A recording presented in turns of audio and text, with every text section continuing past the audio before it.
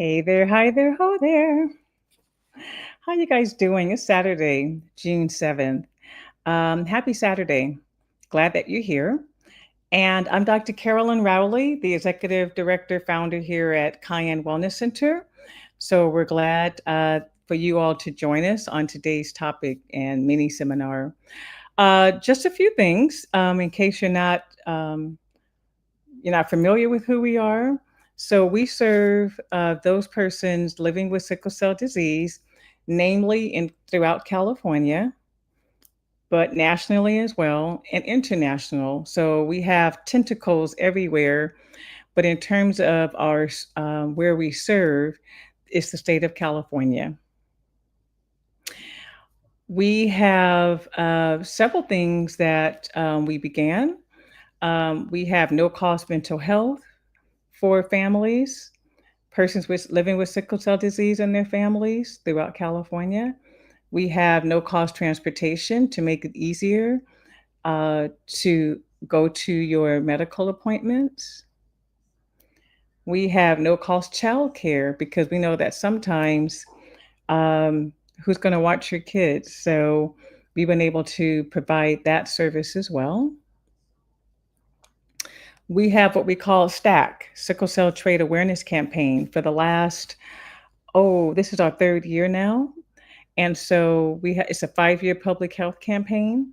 We have billboards throughout various regions in California. And the whole purpose of it is for people to know what's in their genes. What is their trait status?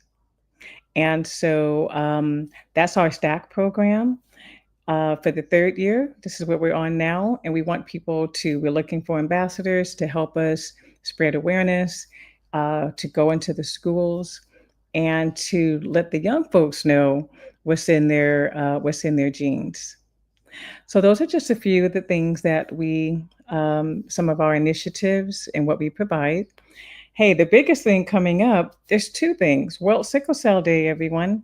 June 19th. Juneteenth is also World Sickle Cell Day. So Cayenne Wellness Center has partnered this year. This is our first time with GATSCO, and which is led by Biba Tinga. And so that's on June 19th for 24 hours. And all I know is those of you who are here now, I need for you all to keep me up because I'll be up for 24 hours. So at some point, come on in and see what we're doing. Um, we start off with movies. So there'll be, I think, a couple of movies. And we have some lectures, a lot of international folks that's going to join us from India and France. I want to say Kenya perhaps as well. So join us. There's something for everybody within those 24 hours. That's June 19th. Then we have our summit. That's our 4-day summit in San Jose this year. So we're in San Jose, California, and that's September 17th through the 20th. And we're looking for you all to come on and join us. Every year is wonderful. We all have a good time. We're learning. The topic this year, the theme is pain, seen and unseen. So we're looking forward for that as well. Um, but today, we have some wonderful moderators and some speakers who are going to be talking about, I think, a topic that doesn't get a lot of, I don't want to say press, but in the sickle cell space, there's not a lot of spaces to be able to talk about what we're going to be discussing today. So I'm thankful to be joined with Tristan Lee and Dr. Ashley Clements. If you guys can come on in, that'll be great. I'm just going to go, hey there. I want to just go and see who's here, who's joined us. And so thank you all for joining us. You know how it works. You have any questions, put it in, no matter where you are, if you are on YouTube or Facebook or what have you. And then our tech team will put it on the screen, and then they'll answer your questions or your comments. And so, hi. Hey, moderators, how you guys doing? Hello. Hello, excited to be Blessed, here. highly favored. And so if you guys can introduce yourself, Tristan, you've been with us Yeah, before. yes, thank you so much for having me again. My name is Tristan Lee. I am a sickle cell warrior with sickle cell disease type SS. I live in Williamsport, Pennsylvania. I was diagnosed with sickle cell disease at the age of 6 months. At the age of 8, I had a stroke that on the left side of my body. And since then, I am recovered about 80%. And thank God today I'm living well with sickle cell. I am a professional advocate. I am a professional model. I'm an actor. And I'm also a newfound author with a book that I wrote about my journey with sickle cell so far. And that's a little bit of me and my story. And I'm also a host, which is why I'm here today with you, beautiful people. And I just thank you again, Dr. Raleigh, for having me. And Ashley, I'm so incredibly excited to be doing this with you. And I am so ready to hear about you.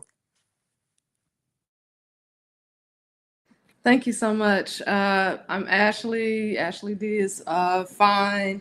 I'm from Detroit, Michigan. A lot of my work is kind of based off of that. I am a writer, a researcher, a poet, and a professor. I teach in the Cal State systems, but here in California, it's I've really kind of connected in a different way to the sickle cell community. I have a book that I'm working on that looks at beyond cure narratives. I'm currently working on finding a publisher for that, which I'm really, really excited about.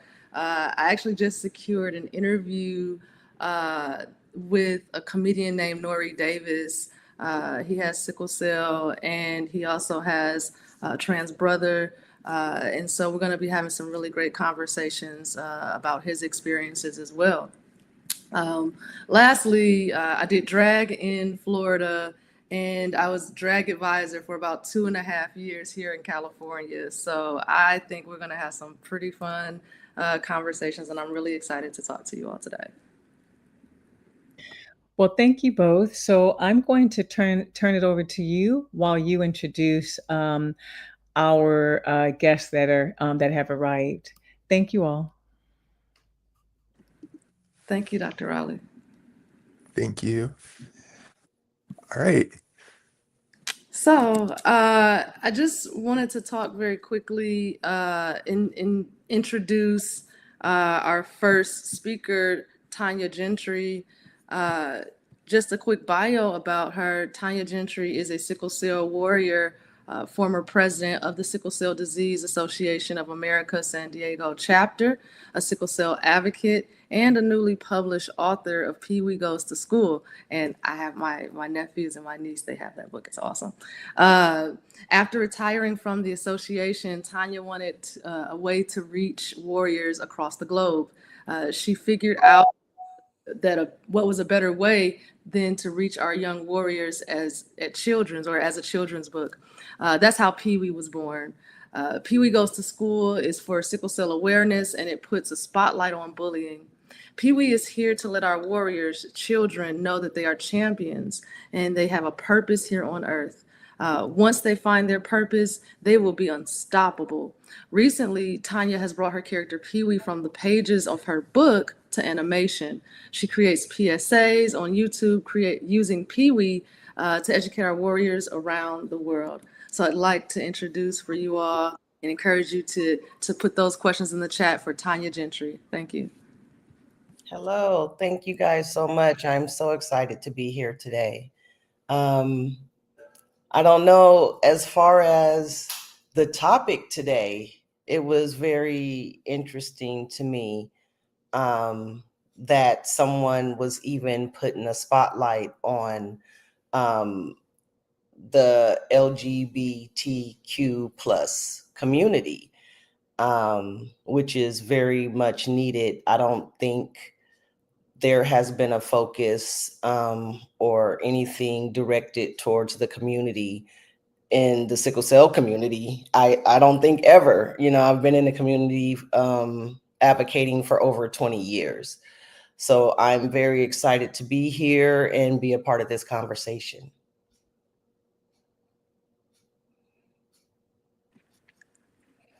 Thank you so much. Our second speaker will be B. Wilson.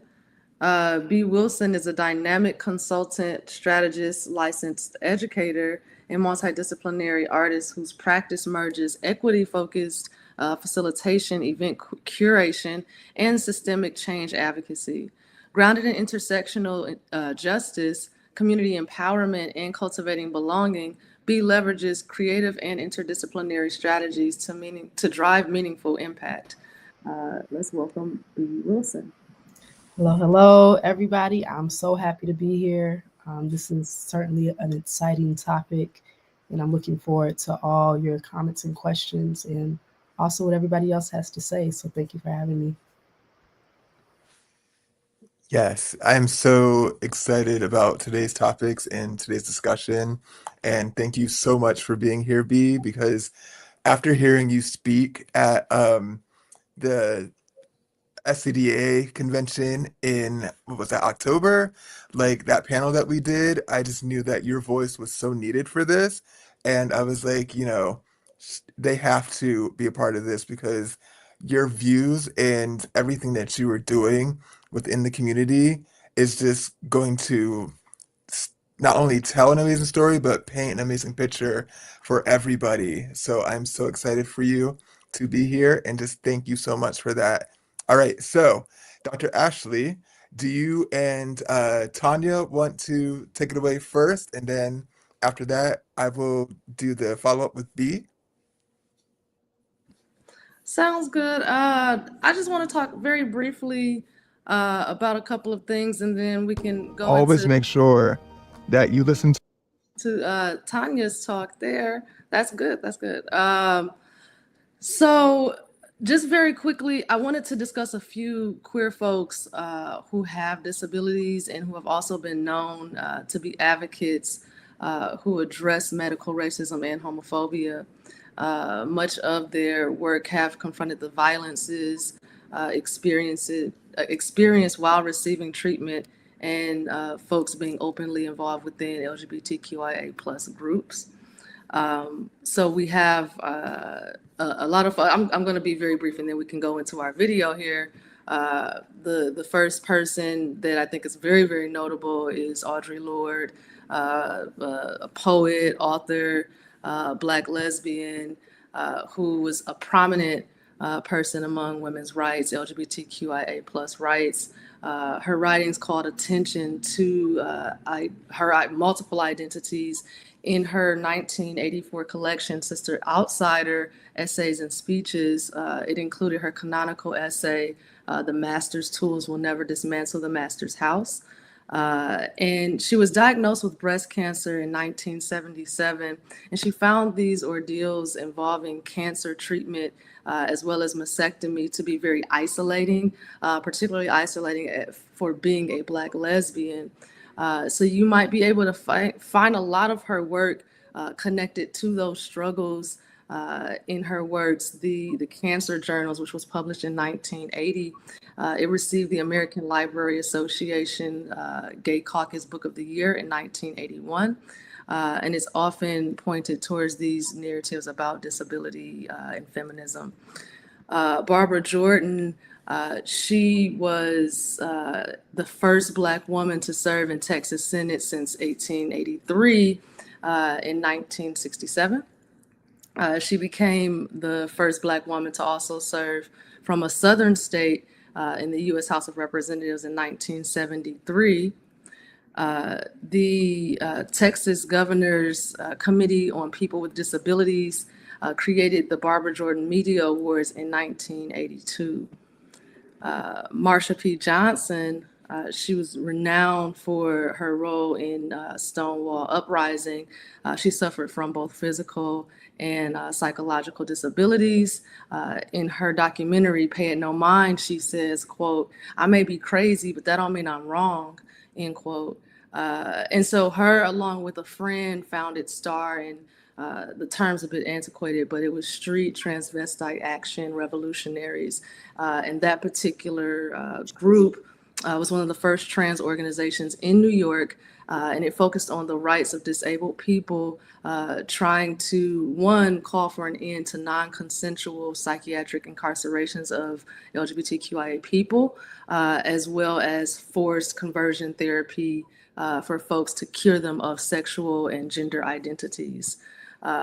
One artist who's quite notable is Frida Kahlo, who is a queer Mexican artist, best known for her surrealist art. She was born with spina bifida, as well as she had childhood polio.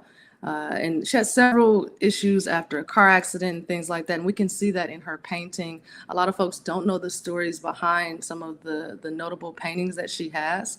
But one thing is a lot of her work was created while she was either sitting or lying down, but well known for her self-portraits. Chi Chi DeVane, or Chi Chi Cat DeVane, is a drag artist, or was a drag artist from Shreveport, Louisiana. She was on season 8, placed 4th on RuPaul's Drag Race, and was also on RuPaul's Drag Race All Stars. She passed away from pneumonia related to scleroderma. But again, she did not have access and the resources to get adequate health care. Tamisha Iman, another drag race contestant, had to cancel her first opportunity in season 12 to be on Drag Race because she had to take radiation therapy for colon cancer. But she ended up competing at the age of 49, wearing an ostomy bag, and was a fierce competitor. I would also be remiss if I didn't note James Baldwin, who is just really huge in terms of his work in the civil rights movement. We see a lot of his work even in contemporary things today, such as Moonlight, which was heavily influenced by his work on Giovanni's Room. He came up with Another Country, Just Above My Head, Notes of a Native Son. If Beale Street Could Talk has also been adapted as a film, as well as I Am Not Your Negro. He was born in 1924, Harlem, New York, and battled with stomach cancer. Although there are a few notable folks that I've talked about within these conversations about disability, media advocacy, I wanted to save the best for last. So I mentioned a couple of folks before in terms of the sickle cell community with Nuri Davis and his trans brother. But in terms of advocacy throughout the years, one name that I've consistently heard about is Tristan Lee. And so what I wanted to first do is just show a video of Tristan's story, and talk a little bit about Tristan, who is a model, an actor, a fashion designer, founder and participant of Devo Stars, and a huge advocate for the LGBTQIA plus community. And we can see a lot of his stories making impact today in real time. So let's go ahead and cue that video, please. Always make sure that you listen to that voice inside of you, because nobody lives your life except you. My name is Tristan.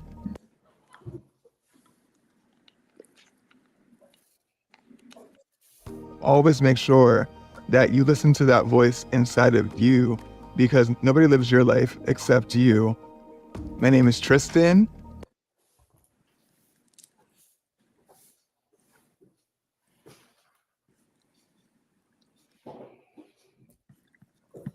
So we may have a little bit of a technical issue with that, but no worries. We have Tristan live and I'm here. in front of us, so we are gonna get even more than that from the video. So we'll definitely hear more from you, Tristan. I appreciate that. I appreciate you so much. Like, I had no clue that you were going to even do that spotlight. And just so humbled and honored to even be in conversation the greats that you already mentioned. So thank you so much. And I'm just so grateful to be here. You know, Tristan, I appreciate that because in thinking about these collective stories, and I could have kind of went down the list in terms of notable sickle cell warriors and things like that, but in terms of us having this conversation in honor of Pride Month, in honor of Black Music History Month, Men's Mental Health Awareness Month, and then as Dr. Raleigh mentioned before, what coincides on June 19th, World Sickle Cell Awareness Month and Juneteenth. It's important that we understand how we're curating these stories, but also how to retain the stories. When we first encountered your story years ago, I would say my partner told me about your story, and I'm the one with sickle cell. And she's like, you know, there's this amazing story here. You've got to share it. And so she found it on the CDC, and I talked to you a little bit about it. And so I kind of want to ask you what your thoughts are. When we found it again, it was wiped off of the CDC's website. There's a list of sickle cell warriors who have been on there, but your particular story, they don't have a link. And it's literally, and we can go through a few other sites within the CDC and other government sites that have now been scrubbed clean. And so, and I don't mean that I mean that in a very sarcastic way, right? And so I'm very curious about this idea of how do you, one, tell your story amid this violence and erasure that's happening? And then what barriers have you found in sharing that story? Yeah, so first of all, like the fact that until you brought it to my attention, like an hour ago, literally, I had no clue that that had even been scrubbed from the CDC. I kind of heard different things, of course, throughout the year due to this administration. I know that the work that we did back in September with the HHS and, you know, all the incredible honorees that we did with the HHS in Washington, D.C. in September were just like taken away. And we had a big, especially, we were trying to get some petitions going so that those people wouldn't be that fact erased, and also those people that helped us in the government with that important topic would not lose their job. And I think we accomplished a part of it, but unfortunately, I think a lot of people that were a part of telling that are government, and it's unfortunate because they really stood up for sickle cell awareness, and I really appreciate them and will always stay there. And they will always have a special place in my heart. I hope that, you know, after all of this is said and done, that those people can be brought back and everything that was scrubbed or taken away from CDC and the government awareness and all that can be brought back and put where it needs to be, because there needs to be a spotlight first and foremost on this. Um, but for me personally, I feel like, you know, the work never stops. You know what I mean? They can take down this video, they can take down that video, but at the same time, they can never take away the they can never take away the views. They can never take away the that was made, you know, the people that seen it, how many times it was shared. It's like in uh it's a part of the history, you know what I mean, of what awareness community is. So that will always be standing. And as long as I live, which I plan to live a very long time, living well with sickle cell, I will be a living testament to that time and continue to spread the message of sickle cell awareness. So they never, ever, ever, ever clear have power to take away or close my mouth, because I'm not going to. You know what I mean? So I feel like they were trying to do, mission not accomplished, because I'm still here and I will always, always spread sickle cell awareness. And the other part is, like, you know, there's so many stories of just incredible warriors and incredible people that are helping us, bring this disease to light and finally shine the light on it as it's supposed to be shown. So I'm very hopeful for the future and for the continuation that we will get our dues. Like we were so close, so, so close after the HA thing. Like I was so hopeful, and then like November happened and it just kind of tanked, and then January happened. And it was like, oh, but just to understand that there are still so many of us spreading the message and the awareness, and they're not gonna let us out, and that's what I love about the community, and that's why we'll always run the community. So I hope that answered your question. Uh, I know I kind of like went around it, but I just have so much to say constantly. So that's just what it was. I'm sorry, I got excited. No, please don't apologize. That's beautiful, Tristan. Like when I first saw you, I'm like, oh my gosh, you Tristan, and I'm blown by that. You're a living archive. And in terms of not just sharing your story, sharing our story, and holding on to those stories and making sure that they don't get erased, like period. And so I appreciate that we're able to get that video together. So we'd like to look a little bit more into your story, if that's all right. So let's go ahead and keep the video.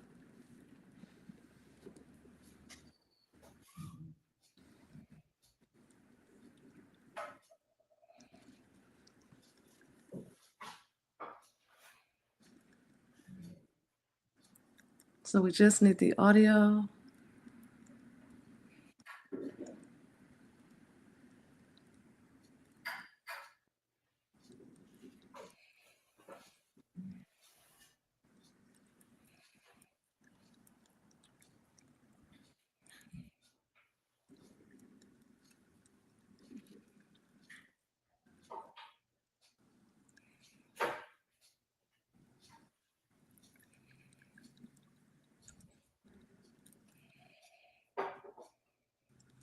I'll give it a couple more seconds. I appreciate y'all patience.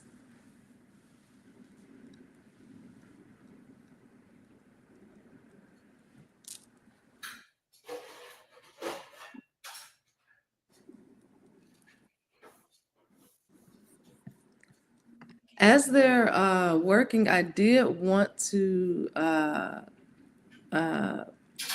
ask really quickly, since it is Men's Mental Health Awareness Month, Tristan, how do you stay grounded?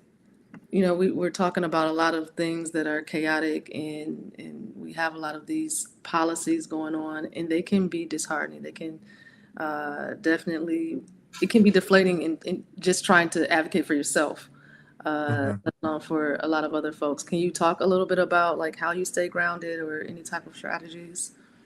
Of course. So the main way I stay grounded, number one, is my faith. You know what I mean? My faith in God, uh, my Christianity centers me um, each and every day. I wake up, I think my eyes, I'm just thanking God for another day. You know what I mean? At this life, and that's kind of what has always been my thing. My spirituality has always kind of been throughout all the chaos and throughout all the pain, on those painful days, you know what I mean? Instead of taking my medicine right away, I fall to my knees and I just ask God for help, to get me through this pain or to get me through this day, you know. And as the day goes on, prayers are answered and I'm able to move through my day. And it's the same way, throughout this time, you know what I mean? I just, first thing I do is thank God and I ask that, you move me through this day, you take me where you want me to be, put me in the places and the faces that you want me to be in, and just let me be your servant today and just lead me and guide me. And it never fails. And that's how I kind of shut out the noise from all like the, you know, political stuff that's going on too, and really center myself into, the words of man that are being said and spoken. I really kind of have to dig into my faith and remember that no you shall prosper. And you know what I mean? Just take it back to my childhood and everything that I learned growing up in the church that, God is love first and foremost. And, God is not man and man is not God. So, man, and you know who I'm talking about, thinks that they have say so and they're ruling this world that we live in or this United States that we live in. God is going to show them that they are still men and that this is his world. And that keeps me centered and balanced. And that plays a huge part in my mental health because it's heavy. Like waking up, not only do I wake up as a black man in America, right? I wake up as a femme black man in America, right? A gay femme black man in America. Okay. When I walk outside of my house, you know, I'm constantly having to get in the frame of mind that I know who I am. Even though these people out here that I might encounter and see on the way don't know who I am and they give me the strange looks, if I go, use the bathroom at the gym and I walk into the men's room, they're looking at me like, are you supposed to be in here? I'm like, yes, I'm a cis man. You know what I mean?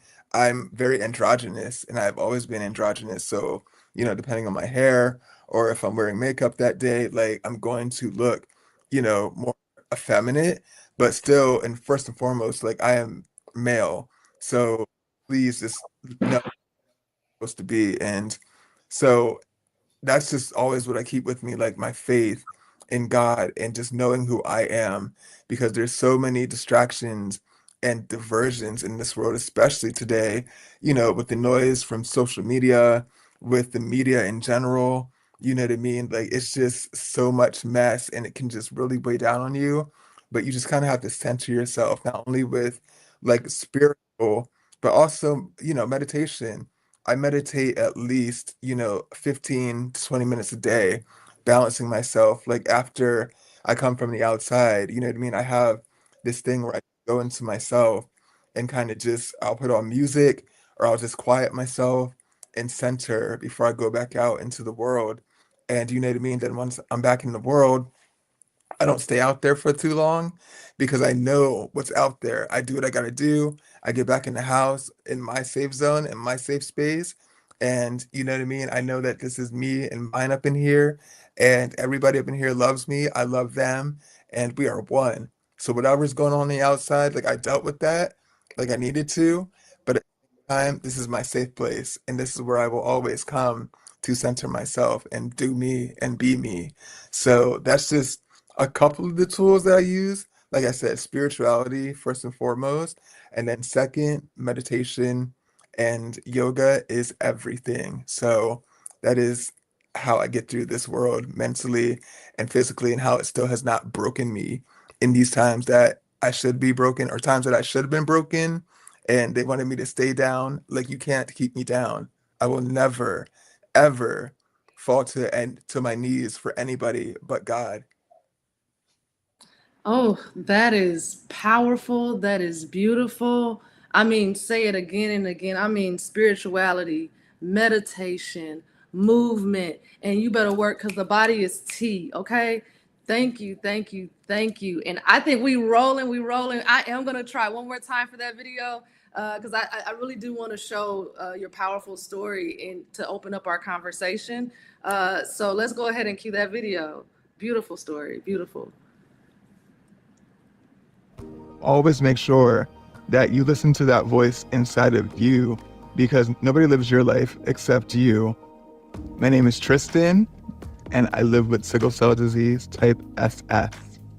At the age of 9, I actually went into the hospital suffering from a sickle cell crisis, and it was pretty routine, so we thought I was getting discharged the very same day. And then the next thing I know is I woke up 3 days later in ICU, and I didn't know what had happened. And my mom came over and she told me that, I had suffered a major stroke. It was in the right side of my brain, which of course affected the left side of my body.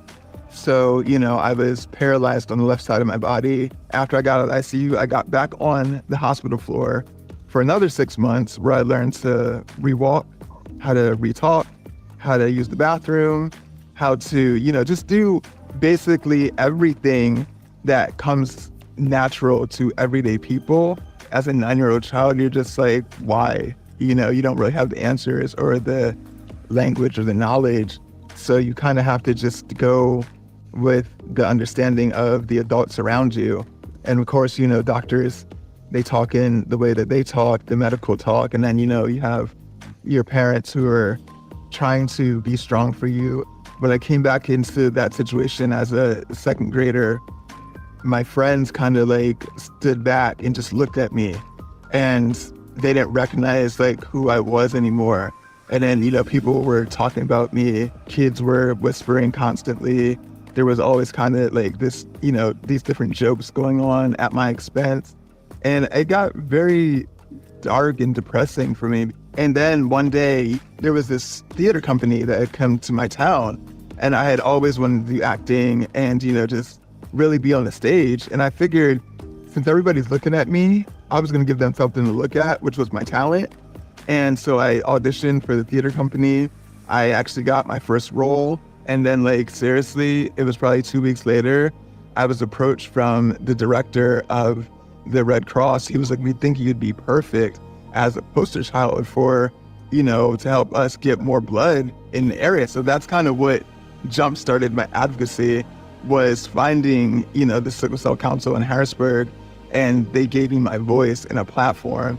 And then from there, I was speaking to like senators, I was speaking to like, you know, public officials and educating them about sickle cell. And I realized that when I was under the spotlight in front of people, I was still being looked at and talked about, but I was being looked at and talked about because of the amazing work that I was doing and the amazing talent that I had, and not because of, you know, my one side was like paralyzed. And then I realized, like, this is my purpose. Like, to spread sickle cell awareness is really my life's calling and why I'm actually here. Sickle Cell Speaks is sponsored by Pfizer.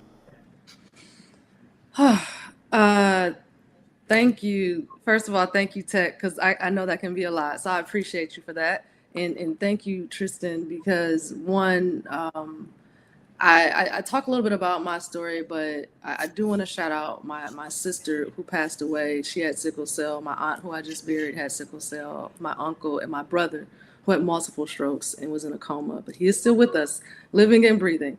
And so going back to some of those times can be very, very painful.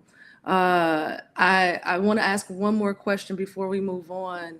And because we talked a little bit about your art and all of that. If you can think through it a little bit with us briefly about how your multiple identities and experiences inform your art, your fashion, and the work that you do. Yeah, so basically me being who I am, being, you know, androgynous, uh, gay, femme, is something that drove, especially the fashion part, to come out, because there was so many times where I was like in a store and I was shopping and seeing things that I was like, all right, I mean, I can rock this, like that's the gender norm, but at the same time, it doesn't really fit my vibe and who I am. So I decided to change that, and I decided to start sketching and drawing things that really kind of spoke to me and to my style, my Devo style, if you will, and how, you know, Devo style or Devo stars kind of came into play, and the fashion designer sprung out of me because I was noticing that there wasn't a lot of stuff in stores, at least where I'm at, uh, that really was like presenting every part of who I wanted to present to the world. So I had to create, you know what I mean? And that's just what I did. And I think that's really why the fashion part came like it did. And I went from just having, you know, 6 pieces to like a 35-piece collection, and have, you know, shows at multiple, you know, runway shows from Baltimore to New York City to, you know, even my hometown. Like I like 3 successful New York City style fashion shows here, and I just let the people have it, you know. As far as like the acting part of it and the modeling part, like I never really wanted to do the modeling part so much. I really just was more focused on the acting. And then because of the school I was in, it was just like, well, you can't do this without that. So I had to get on the runway. And I was super insecure because I'm like, I'm not gonna be able to like hit runway this runway the way that all people are, because you see what it is, but I had to let all that go and fall to the side and just know that when it was time to do the runway part, I just had to do what I need to do and really embrace my Omi. That's Naomi Campbell.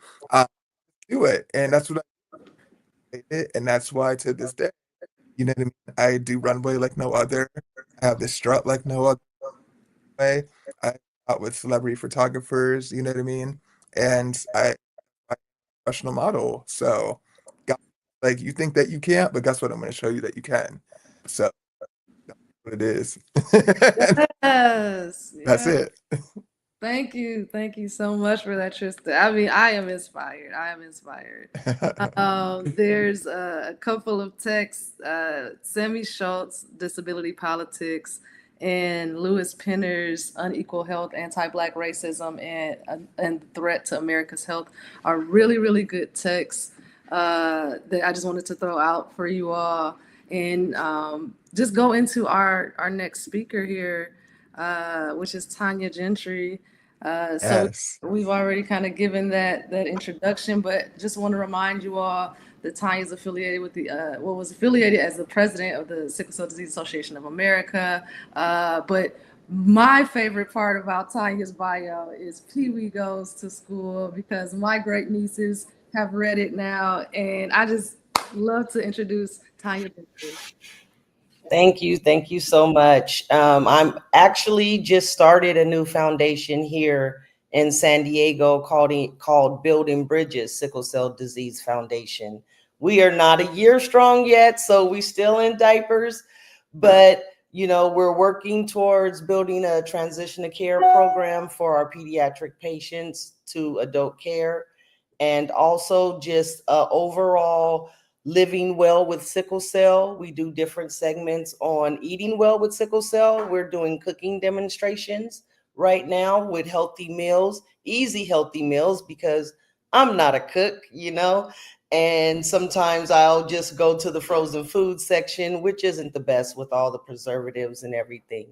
So to just show people that cooking isn't as hard as you may imagine, and you can create these healthy meals for yourself. So we're working on that right now. Pee-wee is my favorite as well. I'm working on my second book, and it's going to be Pee-wee's. He's going to have a beach day, and going to the beach as a child was one of my triggers, because I wanted to participate and be in the water with my siblings. And every time I got in that beach water, later on that night, I ended up in the ER. So I did have to start taking certain precautions when I came from the beach, as far as getting in a hot tub and getting that blood flowing back right and different things. So this book will teach our pediatric patients how to recognize their triggers and some things that they could do to prevent, a crisis. I'm also loving doing the PSAs once a month, giving the different complications that can happen with sickle cell, and also special dates like Juneteenth that's coming up. It's not only Juneteenth, but it's World Sickle Cell Awareness Day. I know you all know that. And also September being National Sickle Cell Awareness Month. But it took a while for me to find my groove and find what sparked excitement, inside of me. Tristan, your story is amazing. From 9 years old, to be able to find your passion, and actually your grounding and foundation in spirituality is is great because that's what leads you into your purpose. And I had to ask God, what is my purpose here? I am a sickle cell warrior, but that's not all of who I am.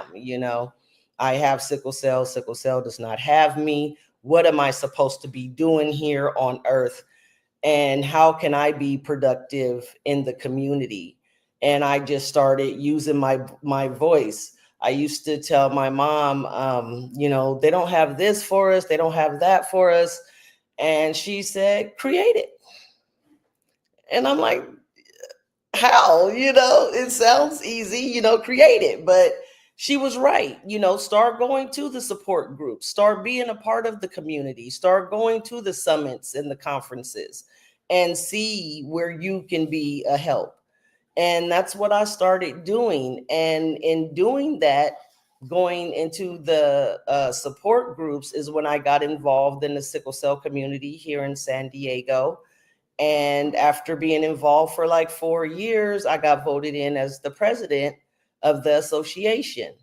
And so we used to do all kinds of activities. And I really love working with the pediatric patients because the earlier you find your passion and your purpose, the greater you become at it because you have the time to build it, So we would do events like Unity in the Community, where it was like a health fair plus a lunch and different activities for the kids.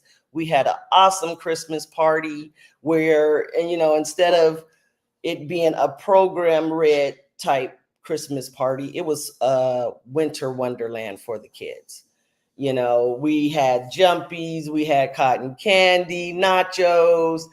By the time them kids left, we had Santa Claus there. He used to bring bikes and we would have a bike giveaway, drawing. And by the time the kids left that day, they were bouncing off the walls. And that's when we knew we did our job, and it was so great because the children's hospital staff would come. And they said it was so great to see the kids in a different element because when they see them, they're usually sick, And so to be able to engage with the kids and see them when they're just having a ball, doing musical chairs and all the little games that we would do with them, it was just a different aspect of them to be able to see the kids in and also bring different things as far as arts and, paintings and different things like that to the kids, just so they can find their purpose too.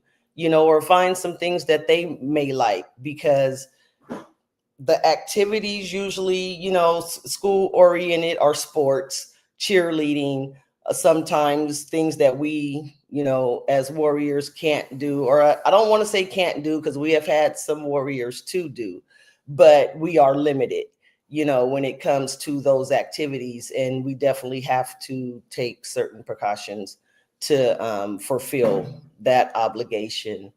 But for me, it was a little difficult to find my groove, but once I did, just like Pee Wee says in his book, you can be unstoppable. I encourage the community to find your passion and walking in purpose. I have had different businesses, and yeah, you can make money, but to me, it was still a dead end because there was no passion behind it. There was no purpose behind it. What am I doing? What am I doing as far as my calling from God? And even though I left the sickle cell community for a little bit, as far as an organization, God keeps bringing me right back no matter what I do. And it's like, okay, I hear you. It's time to walk in this purpose. It's time to help the people that I'm supposed to be helping, because walking in my purpose is going to make sure someone else reach their destiny. So I know that I'm here for a reason. I am blessed to be 55 and have sickle cell disease. I was told I would never see 21. And I was told this at 7 years old. So to be told at 7, you'll never see 21, that seems so far away. But when you get 15, 16 years old, I felt like, oh my God, I'm about to die, you know? And it really took me on a depression ride, because what can I even start or do if I'm about to not even be here? You know, so I'm so glad to see our golden warriors living into their 80s, because you cannot put no limitations on us. And my mom also told me they're doctors, they're not God. So you do the proper things you need to do to thrive in life and live your life, and as far as longevity. So Tristan, you are right. The movement of the body, you know, not only does it help build muscle and build your bones, it also helps with those positive endorphins that give you that energy that brings down the depression and anxiety that I was feeling, you know. And then moving in purpose and being able to help other people, being a part of something bigger than myself, you know, has always been positive for me. Because if I'm just doing it for me, I may procrastinate, you know, but working and doing for others, I'm on it. And I have someone dependent on me, I am on it. So living in purpose has been my savior. Yes, absolutely. Like I just wanted, and I'm not stopping you because I want to continue to hear everything, but there was some gems that you just dropped and a lot of stuff that I related to, like when you said about, actual fear of hearing medical professionals and doctors tell you about how long you're going to live when we all know that God has the final say so, right? And they said the same thing to me. Well, not me because I was only 6 months, but my mom, they told my mom and my grandmother, like, just make sure you give him the best life that you possibly can because he's only going to be here till he's 20. And at that time, like to tell a 20-year-old mother themselves that are just experienced in their 20s that their son is only going to live to be the age that they are now, like that's devastating. And at that time, my mom really took back that power, and so did my grandmother because she's always been a praying woman. She was like, "No, we're not taking that. We're not believing that. God has the final say so." So they never doom spiraled, and they never let me doom spiral either. And I'm so glad that you said that because putting, and I don't even think that when these medical professionals or these doctors and nurses say stuff like they're not really saying it as humans, or I shouldn't say they're not saying it as humans, but they're not saying it like they're talking to humans. Like they wouldn't want to hear that about their family members. So for you to come in and say that to somebody else, their child, their children, or their family members, like that's so unhumane and so ignorant. But I'm glad that you stuck with that mind frame that, you know what I mean? You weren't going to let that be your end all be all. And like you said, we are living well into our 80s and 90s, and it's just so inspiring. And the other thing that I really like that you touched on and said was about purpose, for other people, like doing the work for others. Because I'm the same way.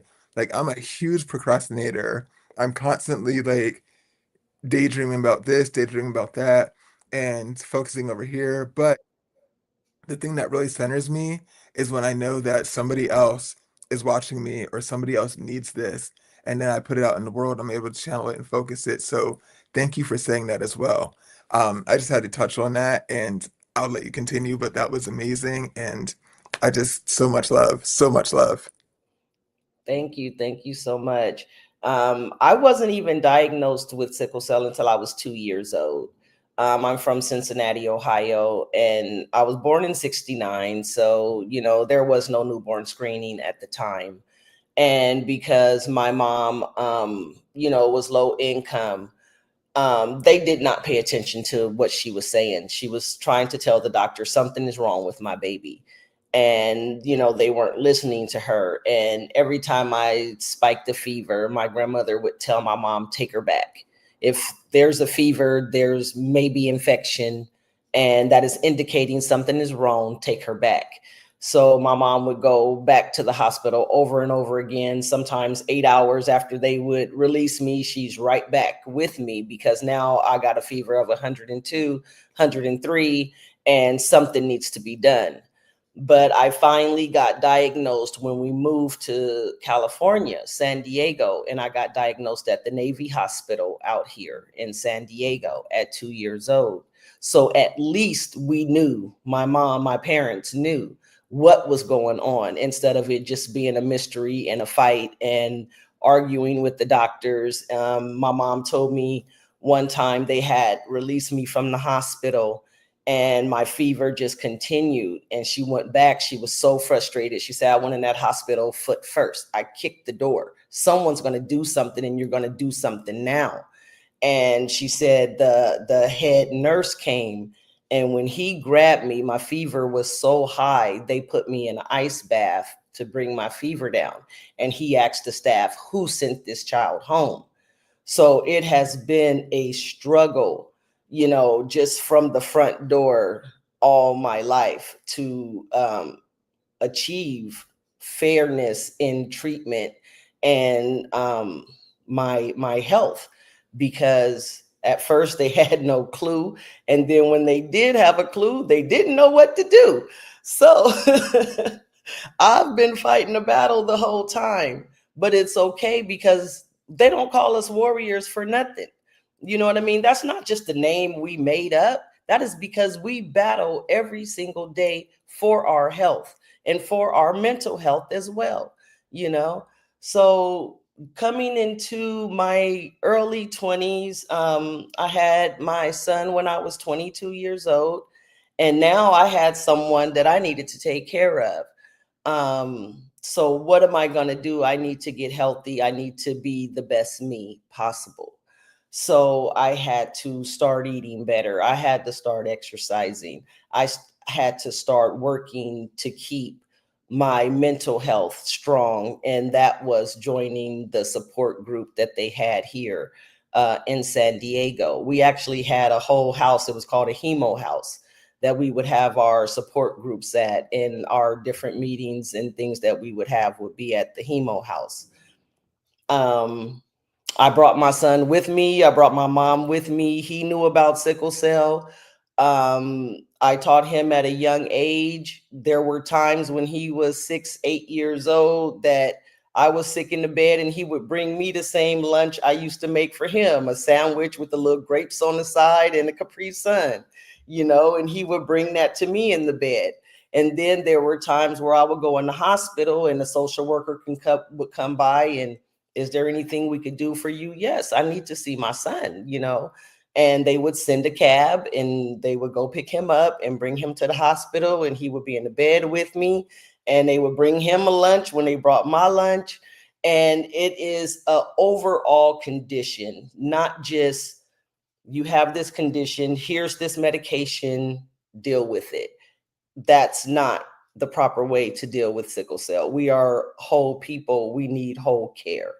So I am loving the care that we have today, as far as not only medical, but the support groups we have, the counseling. They're starting to pay attention to, we need counseling, and even noting that sickle cell patients may be dealing with some PTSD, you know, because of the things we go through in the hospital and just our pain crisis alone.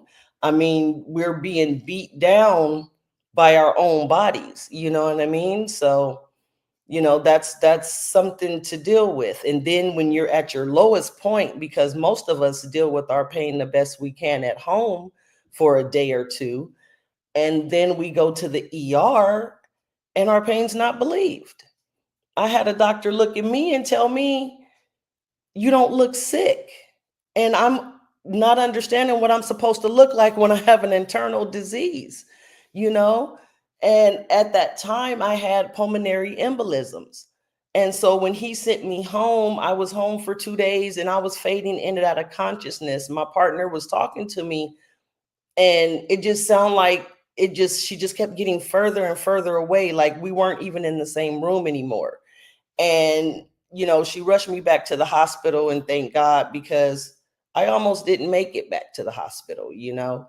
And for this doctor to look at me and tell me, you don't look sick, and send me home, to me, you sent me home to die, you know? And we have to deal with that as individuals. And for others, it's like, oh, you know, get over it. It's okay. No, you don't understand. I'm fighting my own body. And when I'm at my lowest point, I go to the hospital where I should be receiving care. And I feel like I'm being kicked when I'm down. You know, it's not the easiest thing to deal with. So having this association now, being able to walk our pediatric patients into adult care, where when I went from pediatric care to adult care, I felt like, whoo, I ain't got to do them appointments no more.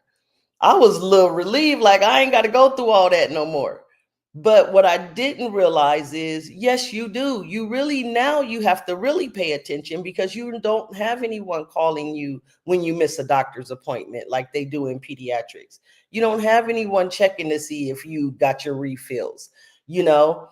So I was that rebellious teen and young adult. So I know how it is to, you know, just want to live and be regular, you know, but we're not. And I brought myself so close to death many a times because I didn't want to follow the protocol anymore. I was tired, you know.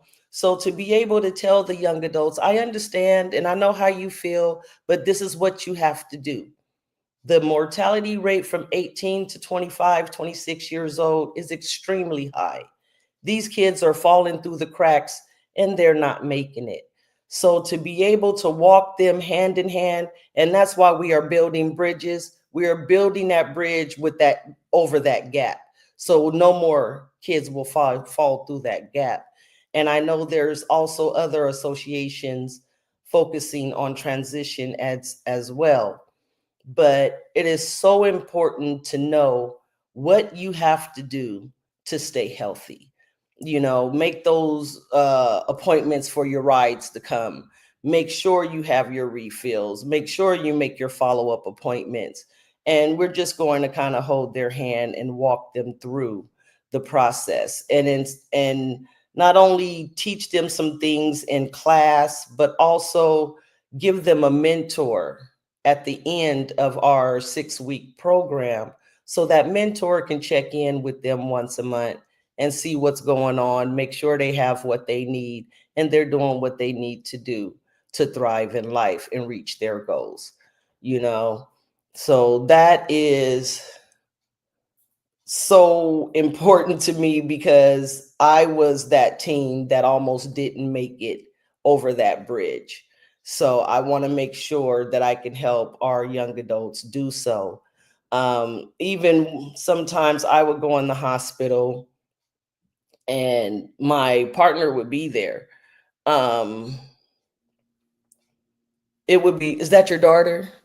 You know, and I'm like, why do you need to know the, you know, the relationship? And it's like, for starters, I mean, I know I don't look that old, come on, but they just really wanted to know what the relationship was between us. And sometimes my treatment would change. Sometimes the nurse wouldn't really come back in the room, you know, and sometimes, you know, it would stay the same.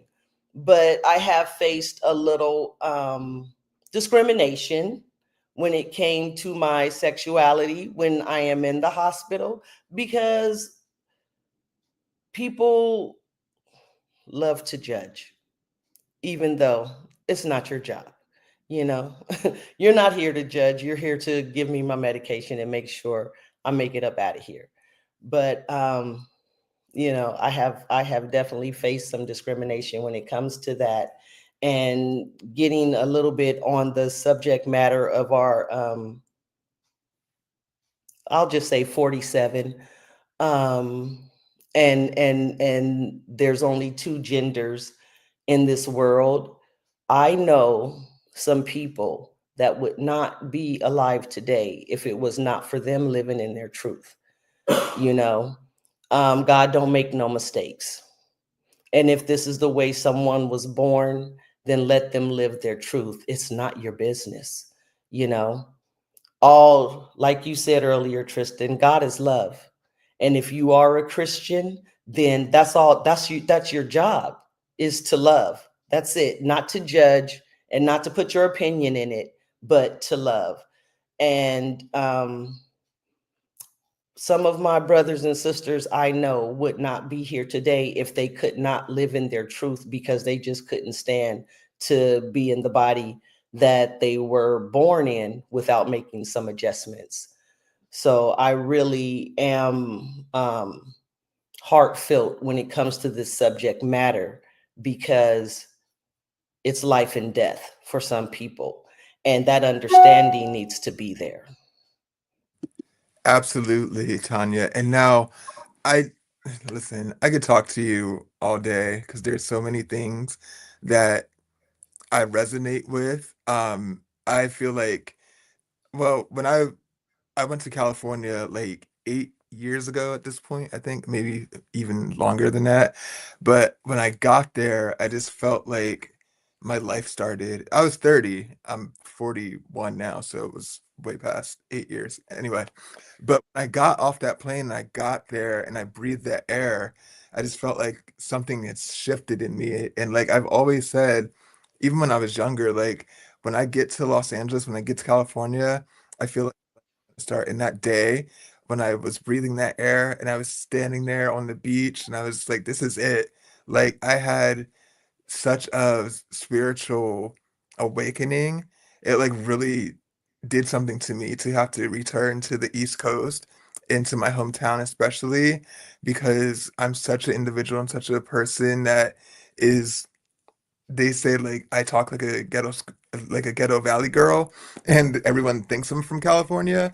And knowing that you are in California and that you have a foundation and there's such a sickle cell community, like I want to talk more to you offline and really get immersed in that, because I really want to get back to the West Coast as soon as possible. And now I feel like you have a website called Building Bridges, the Sickle Cell Foundation. Can you talk about that? Actually, we are building our website. So Okay. it's coming. Yes. Okay. Right now, I'm doing all the things on my personal social media Mm. and through Pee Wee's YouTube page and TikTok page, but we are building our website. Sweet. And can you tell people what your like IGs and like all where they can find you, so that way they can be in the know of like all that you're doing, and even when the website is in full production and done, like we can visit the website and just get every update that we need from you, because you do such important work and you are in such a great space that I just feel like people really need to continue to uh be in the know of all that you were doing. Yes, my Facebook and my Instagram is Tanya Gentry. So very simple. And then Pee Wee's YouTube and TikTok is Pee Wee Sickle Cell Warrior. Wow. All right. Like I'm just, there's so much that I could go on and on about with you. And I'm just so thankful for you being here, being not only in the sickle cell community and with us on this front, but also being a part of the LGBTQ, sickle cell community, and helping us continue to be a part or break through that wall too. Like there's just so much that I feel we have to continue to talk about. And throughout this discussion, I hope that people learned a lot. And I also hope that, we can continue the conversation. One of the things I will say is that I was a peer-to-peer mentor with the SCDA of Baltimore. That program was fantastic because, as you said, transitioning from pediatric care to adult care is so like crazy. It's like a whiteout. I remember going through that and it was just like I didn't know for 6 months like what I needed to do or where I needed to go, but I did know that if I wanted to keep up and stay alive, I needed to continue with my appointments and do what I needed to do on time. So that pediatric care to adult care transition is real. So I thank you and your organization for keeping that alive. And if you ever need any help with that in the future, like please let me know, because like I said, I did that before. And I would gladly do it again because I love my mentees and they still to this day are a part of me. And I just want to know that they're living well with sickle cell and continuing to thrive. And also that the kids coming behind me and behind them, have that same kind of help into the adult care side because we get lost. And so many of us, don't know how to navigate that. And it's just so sad. So, again, if I can help you in any way as far as that goes, like I'm here. So just know that. And I thank you so much. Thank Dr. you so much. I definitely will be calling on you because we do need to get some mentors for our mentees, and just stay hand in hand with them and make sure they make it through. There are some that get it right away and they're on it, but there are some that need their hand held a little longer, and we're willing to do that. Yes, thank you. Dr. Ashley, do you have any follow-up questions or any follow-up thoughts that you would like to talk to Tanya about? Again, I'm like fanning out because it's like putting names and faces and everything together. So again, like just a couple of weeks ago, I literally shared your book with my great niece, and so I'm really curious about. We've talked about this need for advocacy in both legal, medical, in terms of medical. I'm thinking of emergency, holistic, primary care, mental health, all of these like areas in which we as folks with sickle cell, folks in the LGBTQIA plus community need. The Black Panthers in like 1971, one of their first campaigns when they opened the Bobby Seals Clinic for free clinic for the people was to address sickle cell detection. They labeled these occurrences in within these medical spaces as Black genocide. And how folks are being treated with sickle cell, opening these first detection agencies and having these conversations in their magazines. So there's an important call, if you will, for folks in the written arena, like folks who are doing the writing, especially doing this heavy writing for the audience of children's literature. So thank you for that. I want to specifically ask you about your experiences with your partner in these rooms. You briefly mentioned it, but I want to talk more about that, whether it's outside in just like how you all have your routines and things like that, versus what is that experience for you in getting adequate treatment, adequate health care, while also your partner being able to advocate for you, especially in times when you cannot advocate for yourself. Can you talk about that, or if you have personal experience with it a little bit more? It's been interesting. We had to kind of teach the medical staff, how to treat me, and she's able to now, that we've been, we were together for a while. Okay, newly separated. Sorry. We were together for 23 years, and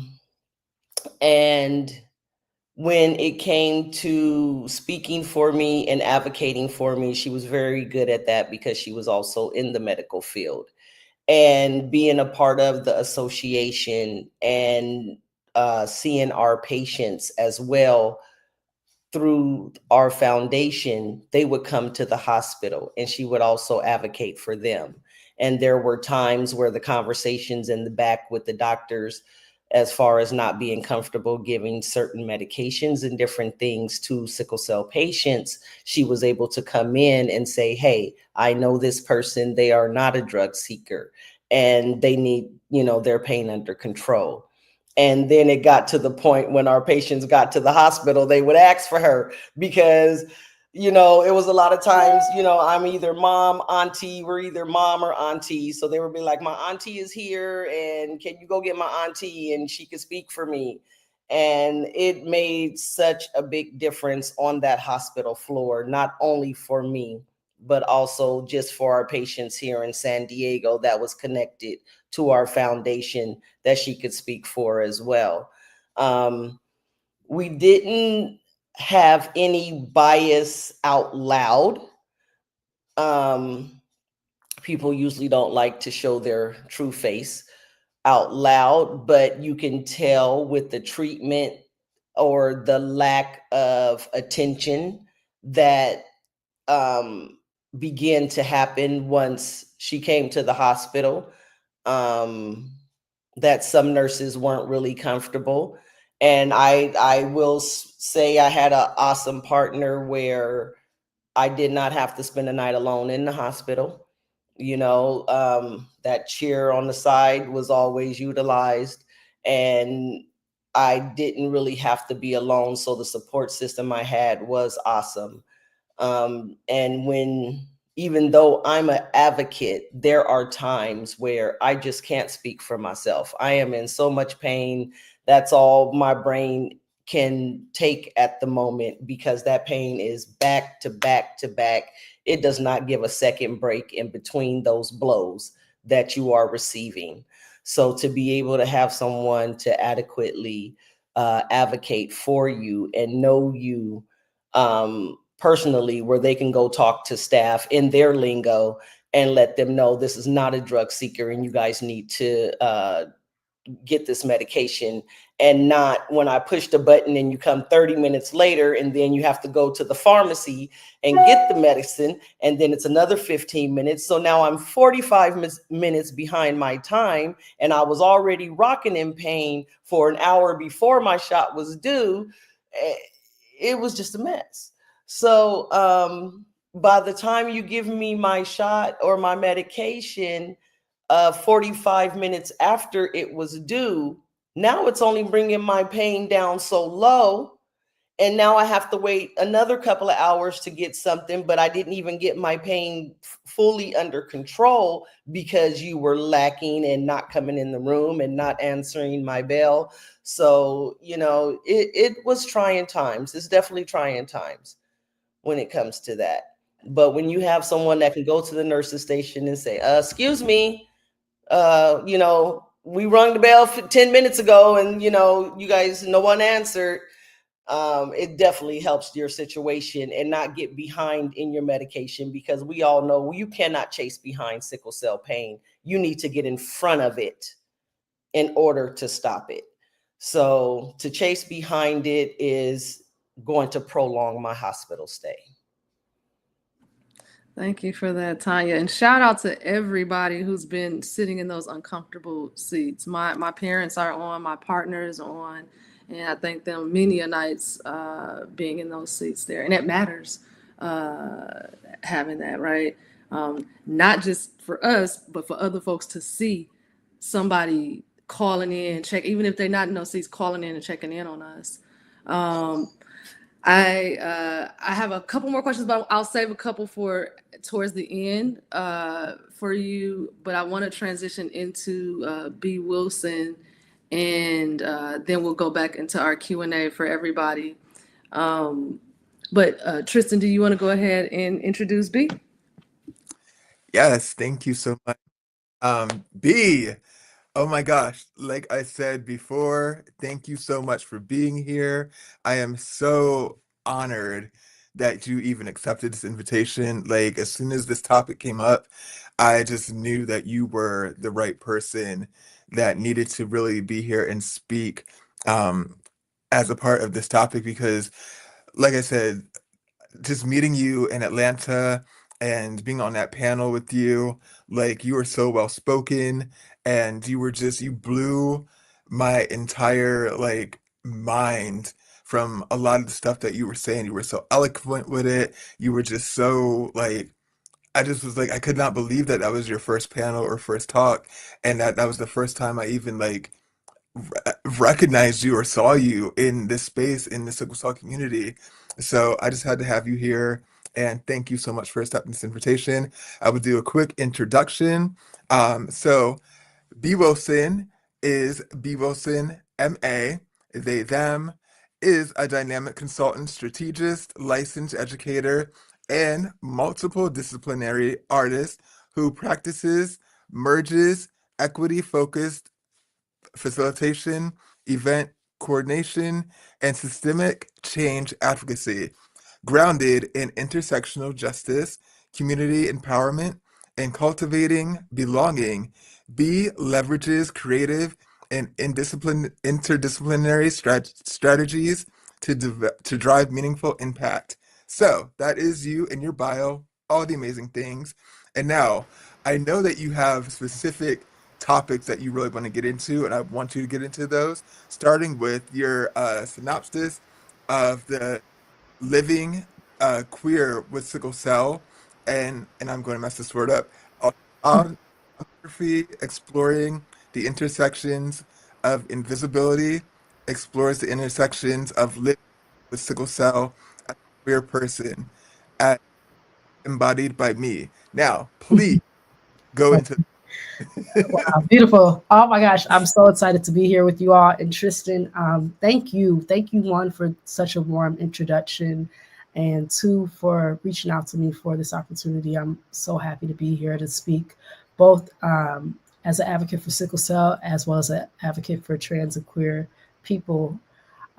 So where are my slides? There we go. So yes, I was like, I need my slides. I need a visual. That's part of the You got it. We got you.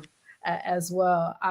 So yeah, the title of what I want to present to you all today is Living Queer with Sickle Cell, Autoethnography, exploring the intersections of invisibility. We go to the next slide.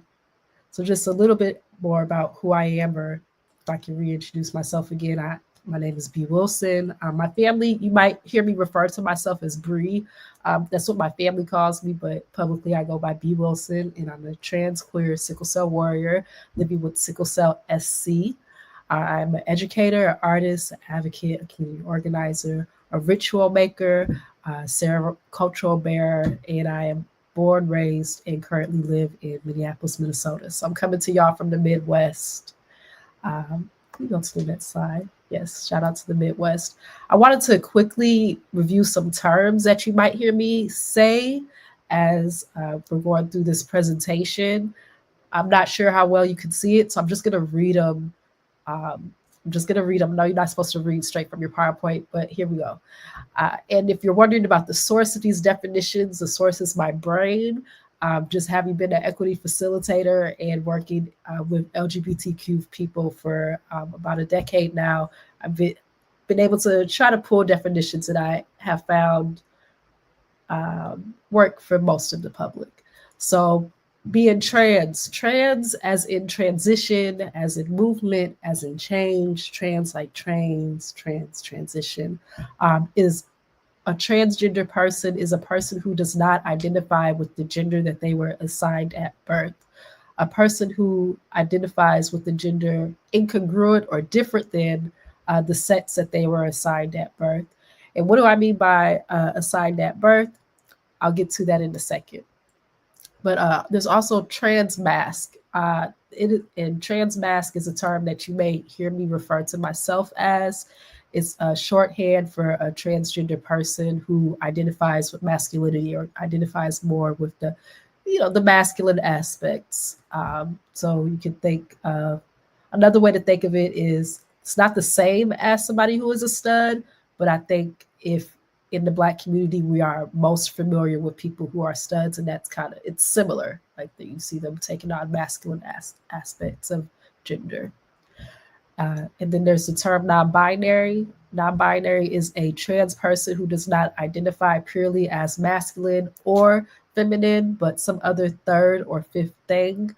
Of course, I have to reference Prince. I'm living in the home of Prince, so he has this song and he has this line, "I'm not a woman, I'm not a man, I am something that you'll never understand." And I really think about that line when I'm trying to explain what does it mean to be non-binary. I'm not a woman, I'm not a man, I'm some other third or fifth or fourth or other thing, or 23rd thing, depending on what culture you're in. And then we have AFAB and AMAB or AFAB, AMAB. Those are acronyms that mean assigned female at birth and assigned male at birth, respectively. So, what am I saying when I'm like assigned female, assigned male at birth? What am I talking about? Uh, Typically, when a person is born and they come out, you come out of your parents' hoo-ha. I'll try to keep it PG, but you come out of your parents' hoo-ha, and the doctor picks you up and they're looking at you. They look at your genitalia and they say, "Does this person have a penis or not?" And if you have a penis, the doctor typically says, "Well, because this person has a penis, they are male. That is the sex that we are saying this person is. They're male. They are a boy. They're going to grow up. They're going to love blue. They're going to play football." All these things start being associated because the doctor took you out of your mom's body and saw that you had a penis. To be having, if you're assigned female at birth, typically you were born, the doctor looked at your genitalia, they said, there's nothing that I recognize to be a penis here. Therefore, this person is female. We also have our siblings who are intersets. So sometimes a person is born and the genitalia is not identifiable either way. It's not clearly a penis or clearly not a penis. And unfortunately, sometimes you'll have it. This has become decreased as a practice, but used to be much more common where doctors would make the decision based on really just what they thought and felt, and would unfortunately do what we would recognize to be mutilation, but was called something different. But they will perform surgery on infants to give them a genitalia that matched either what we traditionally understood to be female or traditionally understood to be male. Being intersex also can refer to someone who has internal sexual organs or hormones that have a mix of both male and female sexual organs or male and female sexual hormones. So then we have the terms homo and transmisia. And this is a new term to me. I learned this term in January at Creating Change, which is a nationwide conference just full of queer people, mostly Black and brown queer folks. And the suffix misia means hatred. And so those terms mean the hatred of trans and or homosexual people. You might also hear me say queer misia, and I'm using this term in place of transphobia or homophobia or queerphobia because I think it's more accurate to what we're seeing, especially in this day and age with the policies in the current administration. Then we have the term gender. I'll be talking a lot about gender today. And gender is a social construct that differs in expression across time, space, and culture. It's meant to ascribe behaviors, practices, and beliefs onto an individual. So again, what I was saying earlier, a lot of times we put a gender on a person because of what their genitalia looks like, and we ascribe behavior to them. If this is a boy, boys are supposed to be tough. Boys are supposed to be playing outside.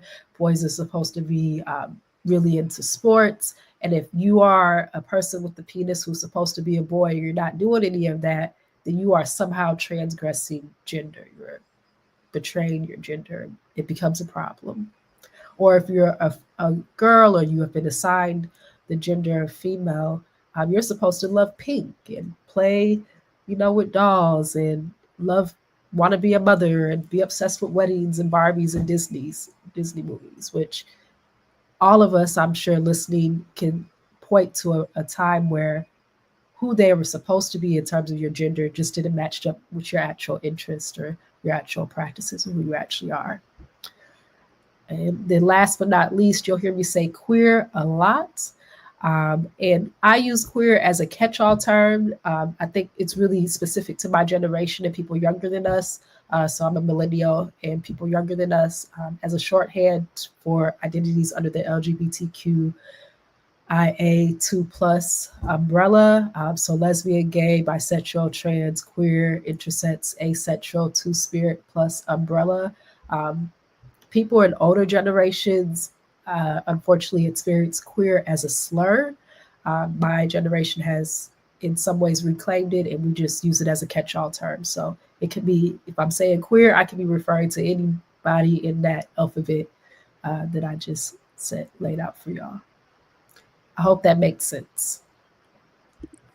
Makes so much sense. You know what? I love the fact that, excuse me, you brought in like the two-spirited thing, because I know that's like huge in the Native American community, Yes. and I just recently learned about that. And I posted something, I think it was like maybe last Pride Month, this time about two-spirited people, and people were just like, "What? What are you saying? Like, what is Mm. like?"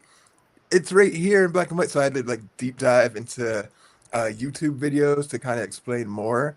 But it was just like people didn't understand that that was an actual thing. So can you go more into that? Like telling people Just about like the absolutely. I'll try to be brief. okay. So two spirit is a term, my understanding, and if there are any Native people in the audience or watching this later on, please comment and correct me if I am mistaken. But my understanding is two spirit was a term coined in the late 1970s as similar to how my generation now uses queer. Two spirit refers to uh, lesbian, gay, trans, and otherwise queer people who are Native American. It is a term specific to Native or American Indian people. So if you are Asian, Two Spirit is not the term to use for you. If you are only Black American and you don't have any Native ancestry, Two Spirit is not the term for you. It's specific for uh, Native folks. And it references, again, not only being a trans person, a lot of trans people use the term two spirit, but it also references lesbian, gay, and bisexual. So it's just a overall umbrella term that they coined for themselves based on historical cultural practices of different tribes across the United States. Right. And what I was reading and what I found out and found interesting is that these people were like respected. You know what I mean? They Yes. seen as like something so foreign in like their community. They For were like sure. really respected and looked at as like just the individuals. They were born into who they were supposed to be. And they were kind of like, from what I understood, they were kind of seen as like very spiritual and very like spiritual leaders in their own sense instead of being like shunned by that community. Like Yes. very much embraced, and they were sort of like, I don't want to say kings and queens, but they were like They're among. highly regarded for sure. Yes, I yes, talk about this a little bit later on, but they're certainly highly regarded, um, and they were intentionally targeted by European colonizers because it is actually a European concept. Us having this bi-gender or only the idea of a binary gender, only two genders, that's an imported European concept, and I can talk a little bit later about this. But across the world, gender has always been understood to be diverse. Um, I live on the cultural lands of Dakota um, and arguably Anishinaabe people. Being here in Minnesota, and my understanding is that some of their relatives, I believe in the Nakota nation, they recognized up to 23 genders. And so two spirit people, like Tristan was saying, were oftentimes recognized to be spiritual leaders, to be the people who were in charge of caring for children, to be they played very critical, important roles in their tribes and in their communities, and they were highly regarded. They were not diminished or dismissed. They were seen to be oftentimes as holy because they were similar in the way to the Great Spirit, in terms of the Great Spirit being all encompassing, because they could hold both a feminine and a masculine, or and beyond the feminine and masculine energy in their single body. So yeah, I was really happy myself when I learned the term two spirited. For me, it was really affirming as a queer person to know that these experiences and these types of folks have existed for thousands of years, and that we're not new. Nothing about us is new. Yeah, and to me, it was just like confirmation, especially because I am part Native American, like I'm Sioux. Um, Mhm. just learning that term and learning that it was held in such regard like that, it kind of just gave me more pride, you know what I mean, in myself as like a whole. But going forward, what else, like you have so many talking points and I love that. I'm not even It- done. yeah, I want everyone to hear everything. So just continue to go on and do you and take us through everything. Appreciate you. Okay, I'll try. But for if there's anything I need to clarify, please let me know as I'm talking. So we can go to the next slide.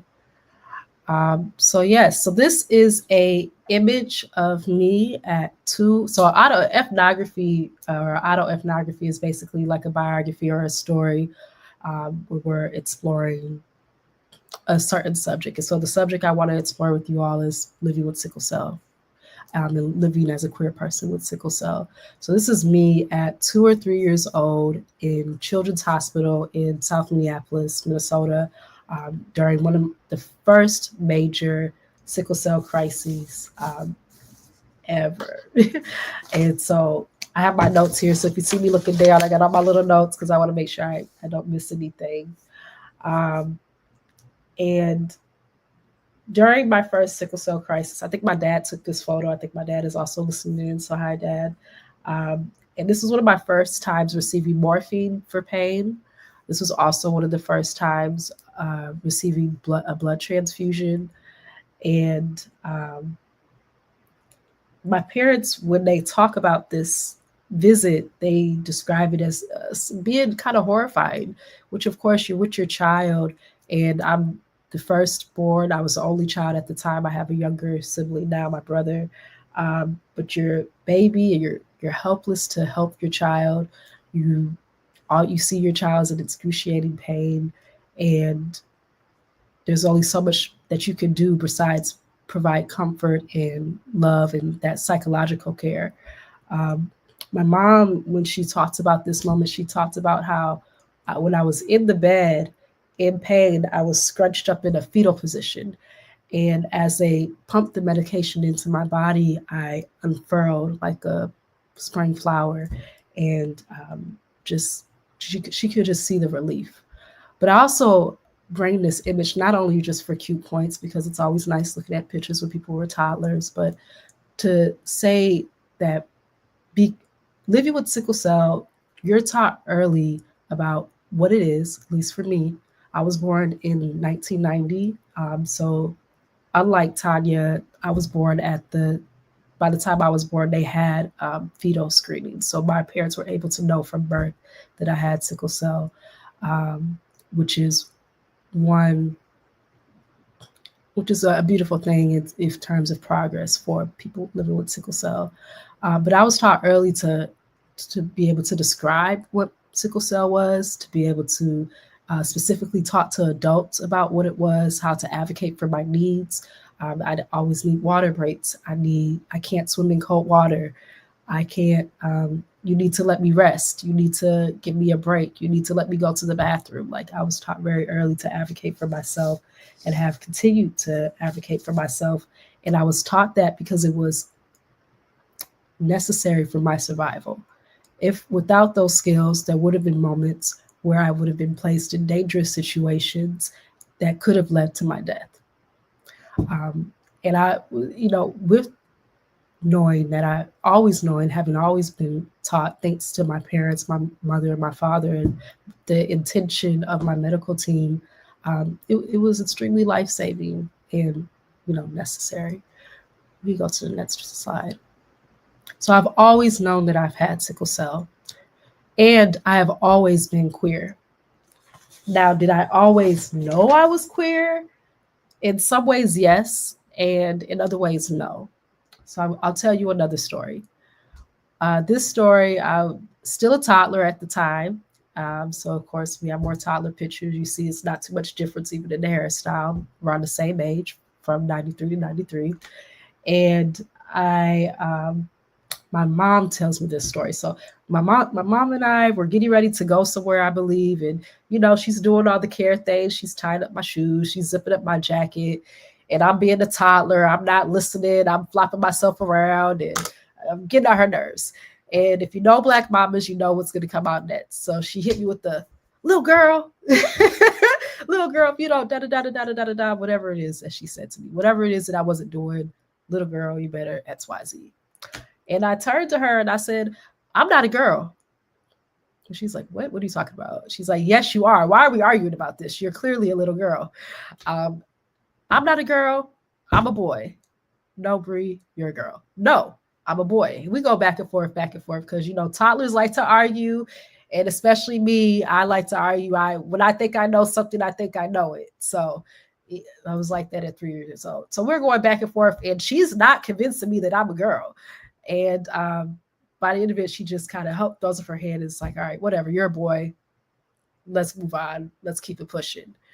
And for my mother at that moment, her understanding of me in this argument was, well, B has a lot of male cousins. Most of the cousins that I hung out with at the time were boys. I spent all my time with boys. Bree must think that they're a boy because all their cousins are boys. They're just confused. And I've heard this story throughout my whole life. And it wasn't until I got to my 20s where I fully understood my identity as a non-binary transmasculine person that I understood that no, what was happening in this moment was I was in some ways practicing self-determination and explaining who I am, who I've always been. I've always been a queer person. Another quick story was at 9 years old in fourth grade, I remember laying in bed with my mom again and crying. I was crying so many tears. And she's like, what's wrong? Why are you in my bed crying? And I tell her, and I said, Mom, I think I'm gay. I think I like girls. And my mom turned to me and she said, that's okay. I'm gonna love you anyways. I'm gonna always love you. I have very supportive family and parents. I'm blessed in that way. And then we never talked about it again until I got to my 20s, and I completely forgot about it, just like I forgot about this argument at 3 years old. But these knowings stayed in my body and stayed in my psychology. And because of society at the time, because I didn't see positive Black representation of queer people on media, because there was no one that I knew was queer around me, I didn't know how to access that. I didn't know how to be a queer person or I didn't know that trans people existed. I didn't know trans people existed till I was almost 20. So I had no idea that was a possibility for me. You go to the next slide. And again, I share these stories not only to show you cute pictures of me when I was young, but because what it illustrates is something that is known by both the American Academy of Pediatrics and many trans and queer people across the world. We know who we are at a young age. We know who we are. Again, just because the text is small, I'm just going to read a little bit of that quote. But this quote, the first quote, is from Rethinking Schools. Can a 4-year-old know her gender identity? And the answer is yes. In this article, the author is exploring, is reflecting her experience with a transgender daughter, as well as other trans students that she's worked with. And she says, the American Academy of Pediatrics outlines the stages of gender identity development. And by age 4, research suggests that children who assert a gender diverse identity know their gender as clearly as their peers know their gender. So it is not unusual. And I was actually right on the developmental mark, telling my mother at 3 years old, Mom, I'm a boy. This is despite what our current administration and their Confederates would like to believe. This is what is true about queer children. Another quote here is from Alok named Minum, and he has this book. You can't really see it, but it's called Beyond the Gender Binary, and it's an exploration about his own experience, or their own, I'm misgendering them, their own experience coming to terms as a transgender queer person.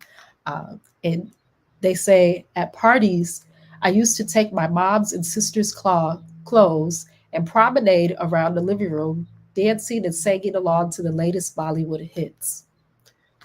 I learned about gender through shame. In so many ways, they became inseparable for me. As I grew older, people told me to stop being so feminine and grow up. Gender nonconformity is seen as something immature and something we will grow out of as we become adults. So, for many trans and queer people, especially folks my age, I'm in my mid 30s, we were not, we didn't fully have the tools and the knowledge and the language to describe ourselves. And in this way, I would say the trans and queer experience diverges from the sickle cell experience. Um, Being a young person with sickle cell, again, I was taught very intently what sickle cell was, how to advocate for myself, what it meant, how to explain it to other people. I could explain it to an adult and a child at the same time. As a growing queer person, I didn't have that opportunity because something that Christian said, or Tristan said earlier, he said that we were working with the understanding of the adults around me. So that is just what was understood at that time. Also, just real quick shout out. That's one of my oldest friends. It was just her birthday in that picture, and that's me. You can see the little boy in me in this picture in the blue. But we can go to the next page.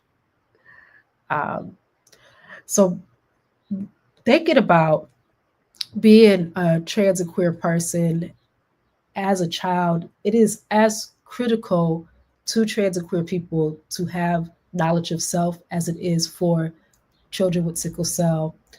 Um, in this photo, this is me at prom, obviously. This is my senior year. And that's one of my homegirls. We share the same name. That's part of the reason we took the photo together. And in the background, the gentleman there was my prom date. And his name is TJ, and he is also a sickle cell warrior. So we've known each other since we were kids. But at this age, I think I was 18 going on 19. This is my senior year. And this is a year where sickle cell almost killed me um, in a couple different ways. The first most obvious way was I had a spleen sequestration. So I have always been an active person. I was on the competitive dance team in my city. So I'm dancing for 3 to 4 hours multiple times a week, going up and down a 3 or 4 story school, playing softball, extremely active. But my senior year, I became extremely ill to the point where I was sleeping most of the day. I couldn't walk up the stairs at my school. I couldn't make it through my dance practices. And I was going to the hospital there trying to understand what was going on with me. And what they saw was my hemoglobin kept dropping. So I was walking around with a hemoglobin of about 2 to 4.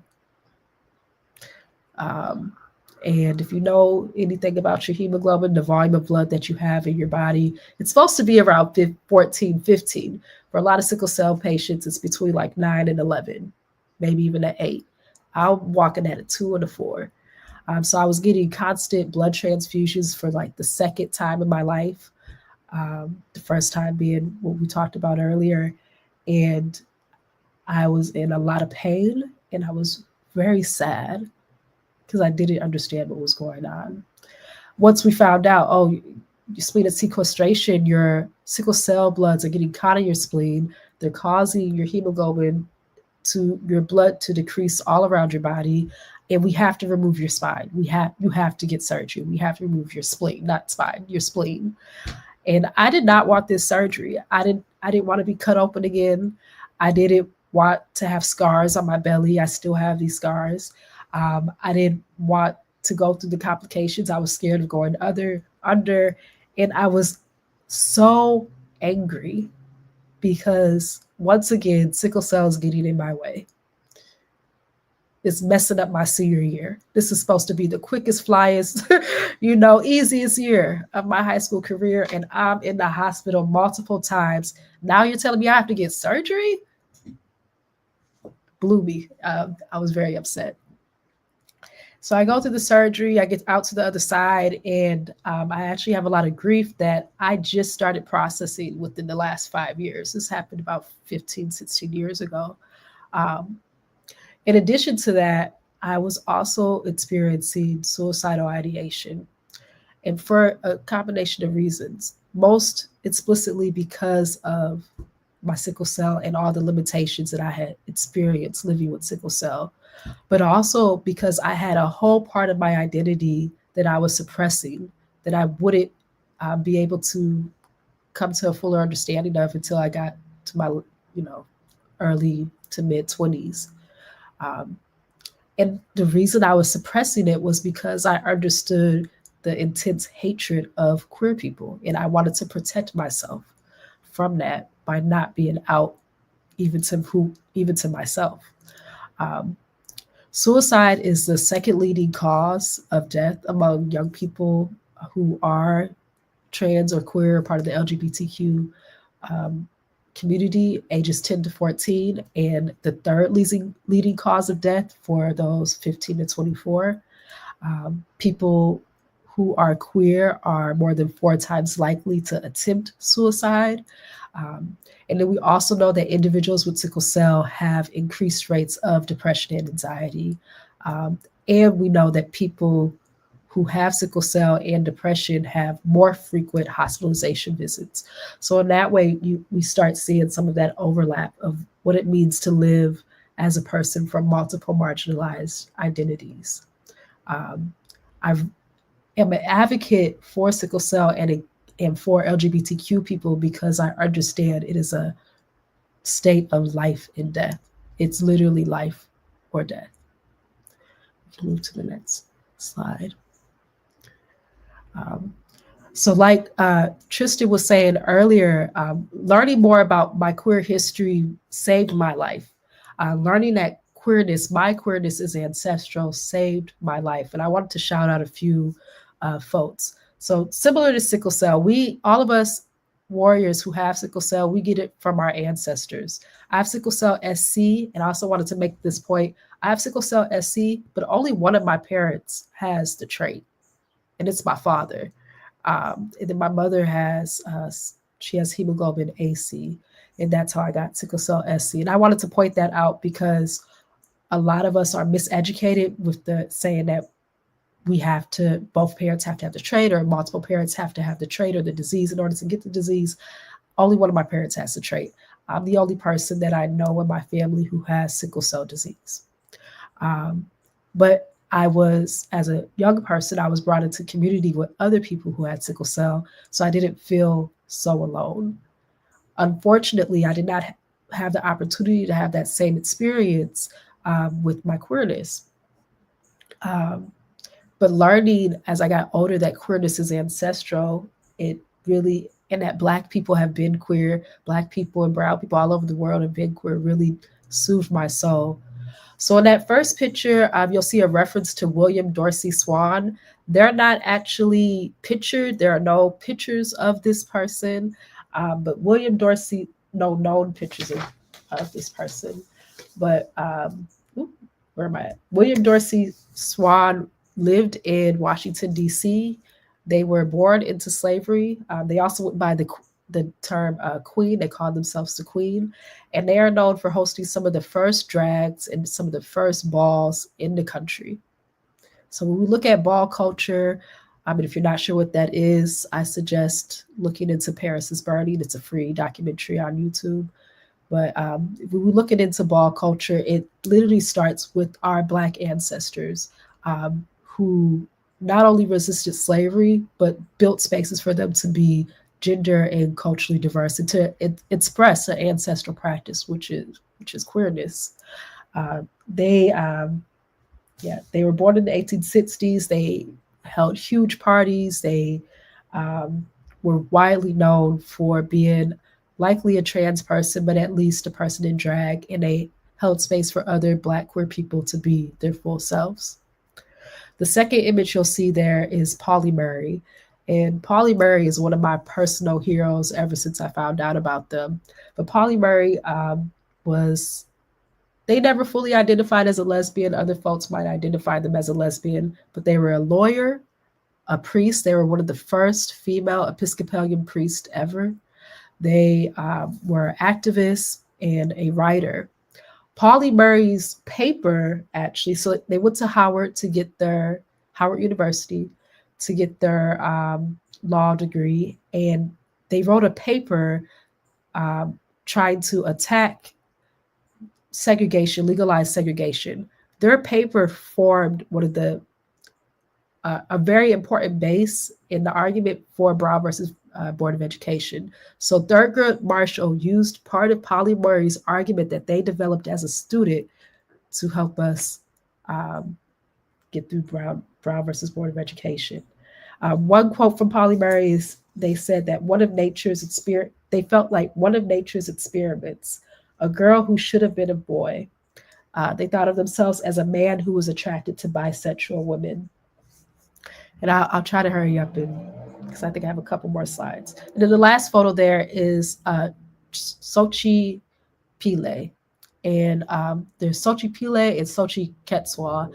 And those are Aztec goddesses, twins, who were the god and goddess of gay people and lesbian in Aztec culture. They also had other domains, but that was what they are known for. And I share that again to just underline we've been around. It's been a thing. We go to the next slide. We know that sickle cell is global and historic. We likely have a lot of people with sickle cell living in the U.S. because of the Ma'afa, or the transatlantic slave trade, and that speaks to the presence of SCD here and its large amounts. But we also know it's not only impacting Black Americans, and it doesn't only impact people who are racialized as Black across the world. It impacts multiple cultures and races. We go to the next slide. This map, I highly encourage everybody to Google this. It's a map of gender diverse cultures from PBS. And this is where I was going to spend a little bit more time talking about Two-Spirit folks. But since we're limited in time, I'll just quickly touch on the different areas. We have the Ankole, who lived in what's now called Uganda, and they were women who dressed as men and were oracles for one of their deities. We have the Aravani people, who are a subset of Hijra people in India, and the Hijra are third or fifth gender trans people who have been living and been accepted and identified in India for, again, hundreds, if not thousands of years. And then we have the Lahamana, or the Zuni people, who are Two-Spirit. They're part of the Two-Spirit tradition, and they are people who live as both genders simultaneously. They play a key role in society as mediators, priests, and artists, and they perform both traditional women's and traditional men's work. So I just, again, point these out to help draw that parallel that we've been around, just the same that sickle cell has been around. Sometimes when I think about sickle cell, I think about my ancestors who survived the transatlantic slave trade and how strong they had to be in the collective care that was needed in order for us to survive, and learning about the traditional role of a lot of queer folks in our traditional pre-colonial cultures. I put the two and two together, and I'm like, oh, I'm a queer trans sickle cell person. I'm extremely resilient. And I was put on this earth in part to care for my community. And it is because of that joint collective care that we still exist today. You can move to that next slide. So getting more into some of the research, or some of those more explicitly, are overlapping experiences. So people who live with sickle cell, and people who are trans, and then people who, like myself, are trans with sickle cell, we know that we typically lack coverage. We're typically working with a lot of medical practitioners who are discriminatory or underinformed. We have increased rates of morbidity. So we're at increased vulnerability for depression, anxiety, and other diseases. And we have increased rates of mortality. It's well known that Black trans women have the lowest life expectancy of any group here in the United States. And as Tanya mentioned, many of us are taught when we're young that living with sickle cell, your life expectancy may be lowered. And that can be the truth if you don't have a community around you. Both groups experience stress trying to navigate the medical systems. Both groups experience increased and disproportionate rates of depression and anxiety because of their experiences in just existing. Um, and then there are also social impacts. So living with sickle cell, one of the things that used to frustrate me as a child was how isolated I was, going to the hospitals, constantly going to the hospitals, missing the party because I'm sick, can't go to the party because you're doing things that are making me sick. And it can just increase those experiences of social isolation as well as social stigma. I remember when I was in third grade, I was mentioning to my new class that I had sickle cell, and I started like, well, I have this disease. And as soon as I said disease, they all ran away from me. I made friends later on, but that hurt. I will never forget that. And we know that there is a social stigma, and it's increasing because of our current administration and because people hold beliefs that queer and trans people should not exist. We have this increased social stigma being queer, being trans. We also both experience undue rates of unemployment or underemployment, and there's just a lack of data documenting our specific needs and specific experiences. And then lastly, just being trans, there is something called dysmorphia, body dysmorphia, where my body doesn't feel, or gender dysmorphia, excuse me, body dysmorphia is something else. Gender dysmorphia, where I know that I'm a boy, but when I'm walking around, or I know that I'm a young man, but when I'm walking around day to day, people see me as a young lady, refer to me as she, her, and just that mismatch, it doesn't feel good. It creates a static in your brain. And people living with sickle cell, we know it can be really uncomfortable to be in our bodies because our bodies in so many ways are attacking us. So just wanted to speak to some of those overlapping experiences. I think I have one or two more slides, but that might have been the last one. No. So loving the body, just speaking quickly about seeking care while trans with sickle cell. This book that pictured here is The Body is Not an Apology. It really supported my journey and being able to accept my body as a person with a chronic illness and with a disability.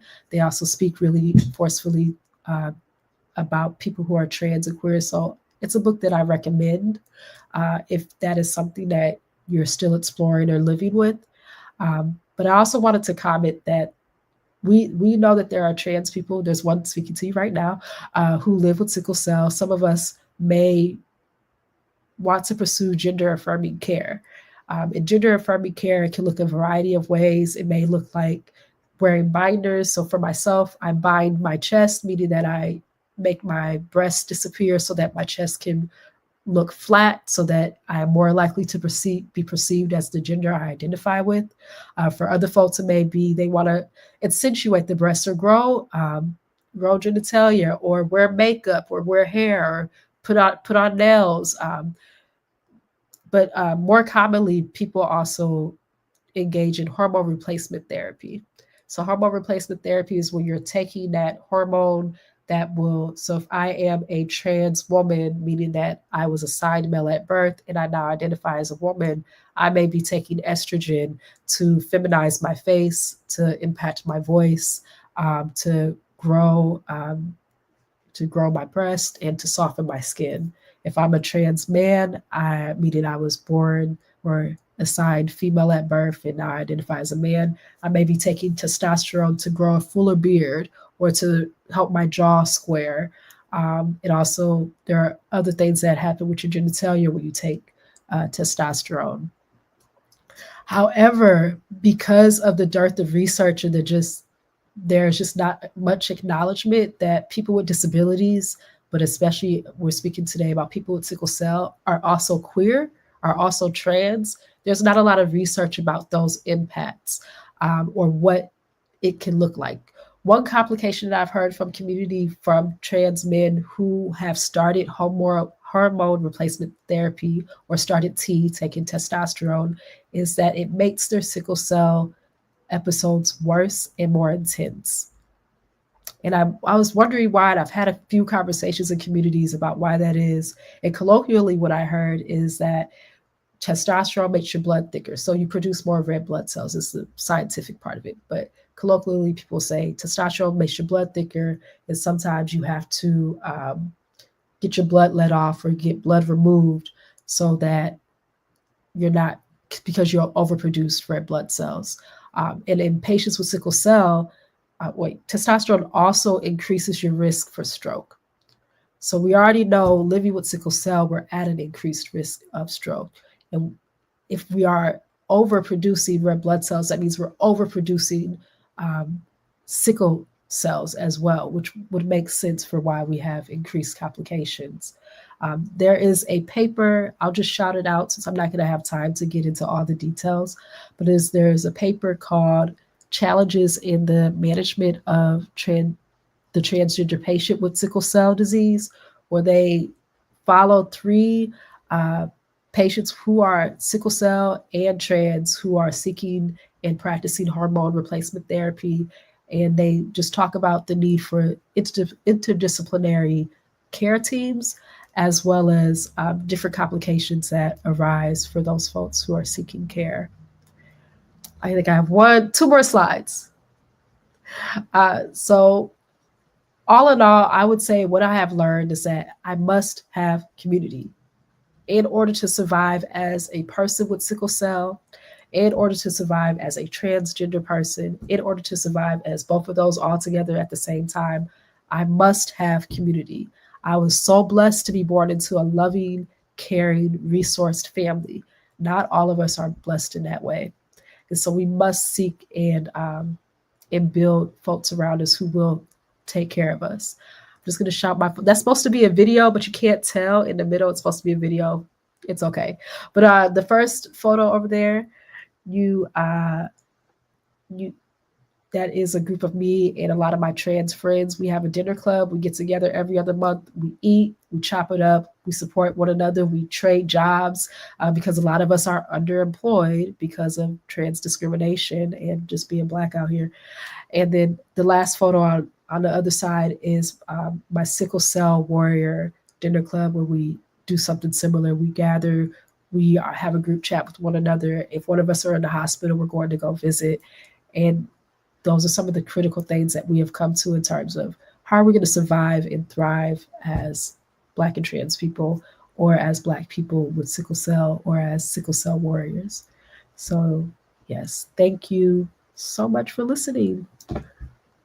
Oh my gosh, thank you so much, B. Listen, I adore you. I have adored you since I met you. Like, I rock out with you every time that we have one of these, or that we do something where the LGBTQ SCD community is needed to have a voice or speaking. I want you to be present because you have such a voice and are so well spoken and are so intelligent. Like, I really wanted you to get into the part about, because you said something when we were on the panel about, how even our queerness and our LGBTQ identities go back to Africa and before we got over, you know what I mean? But I know that we don't have time to fully go into that. Such an amazing story. So at some point, if we do this again, I really want you to come back and just Yeah. spill you. But thank you so much for being a part of this. You have my mark forever. And I just want you to know that we're here. We're here forever and always.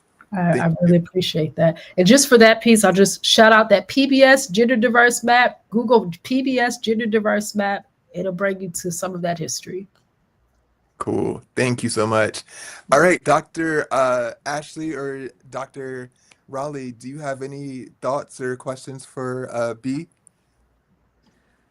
I want to be mindful of the time and just pass it on to Dr. Riley. But thank you very much for everything. And again, I'm going to look up that link and put it in the chat. But also, Janet Mock has a really good book, who also is a producer for Pose. Let me say this, everyone. My minor was history. I love facts. Dr. Ashley, you began us off with all of that. B. Wilson, come on now. I loved it. Facts after just information. And I think it was so important to have it begin that way. I don't know if you guys planned it this way, but to have it begin and to end, to round it out that way. There are many people who just don't know. And so now they have a little bit more information. And of course, it sounds like there's a part two that's going to be needed.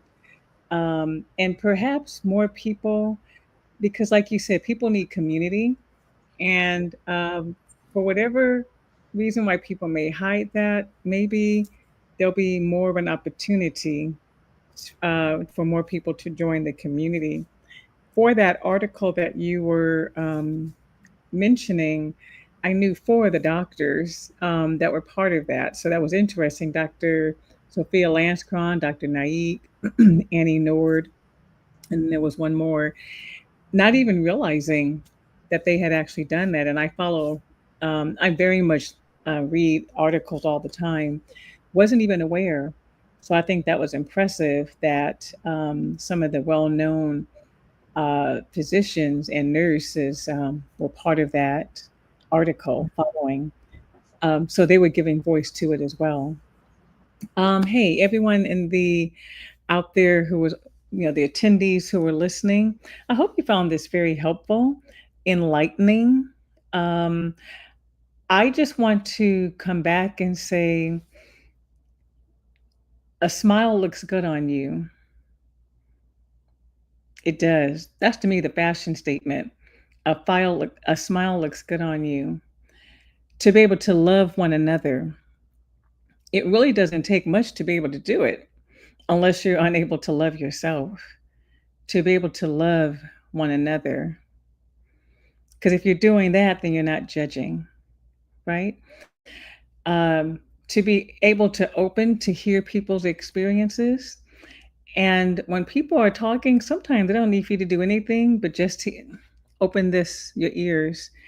You don't really have to say anything, but just to listen. And Kaya Wellness Center, listen, let me tell you why, because Tanya said it earlier. She said, I'm just surprised. Well, let me tell you how this came about, everyone. Every year we have an annual survey, and we really do want to know what is it.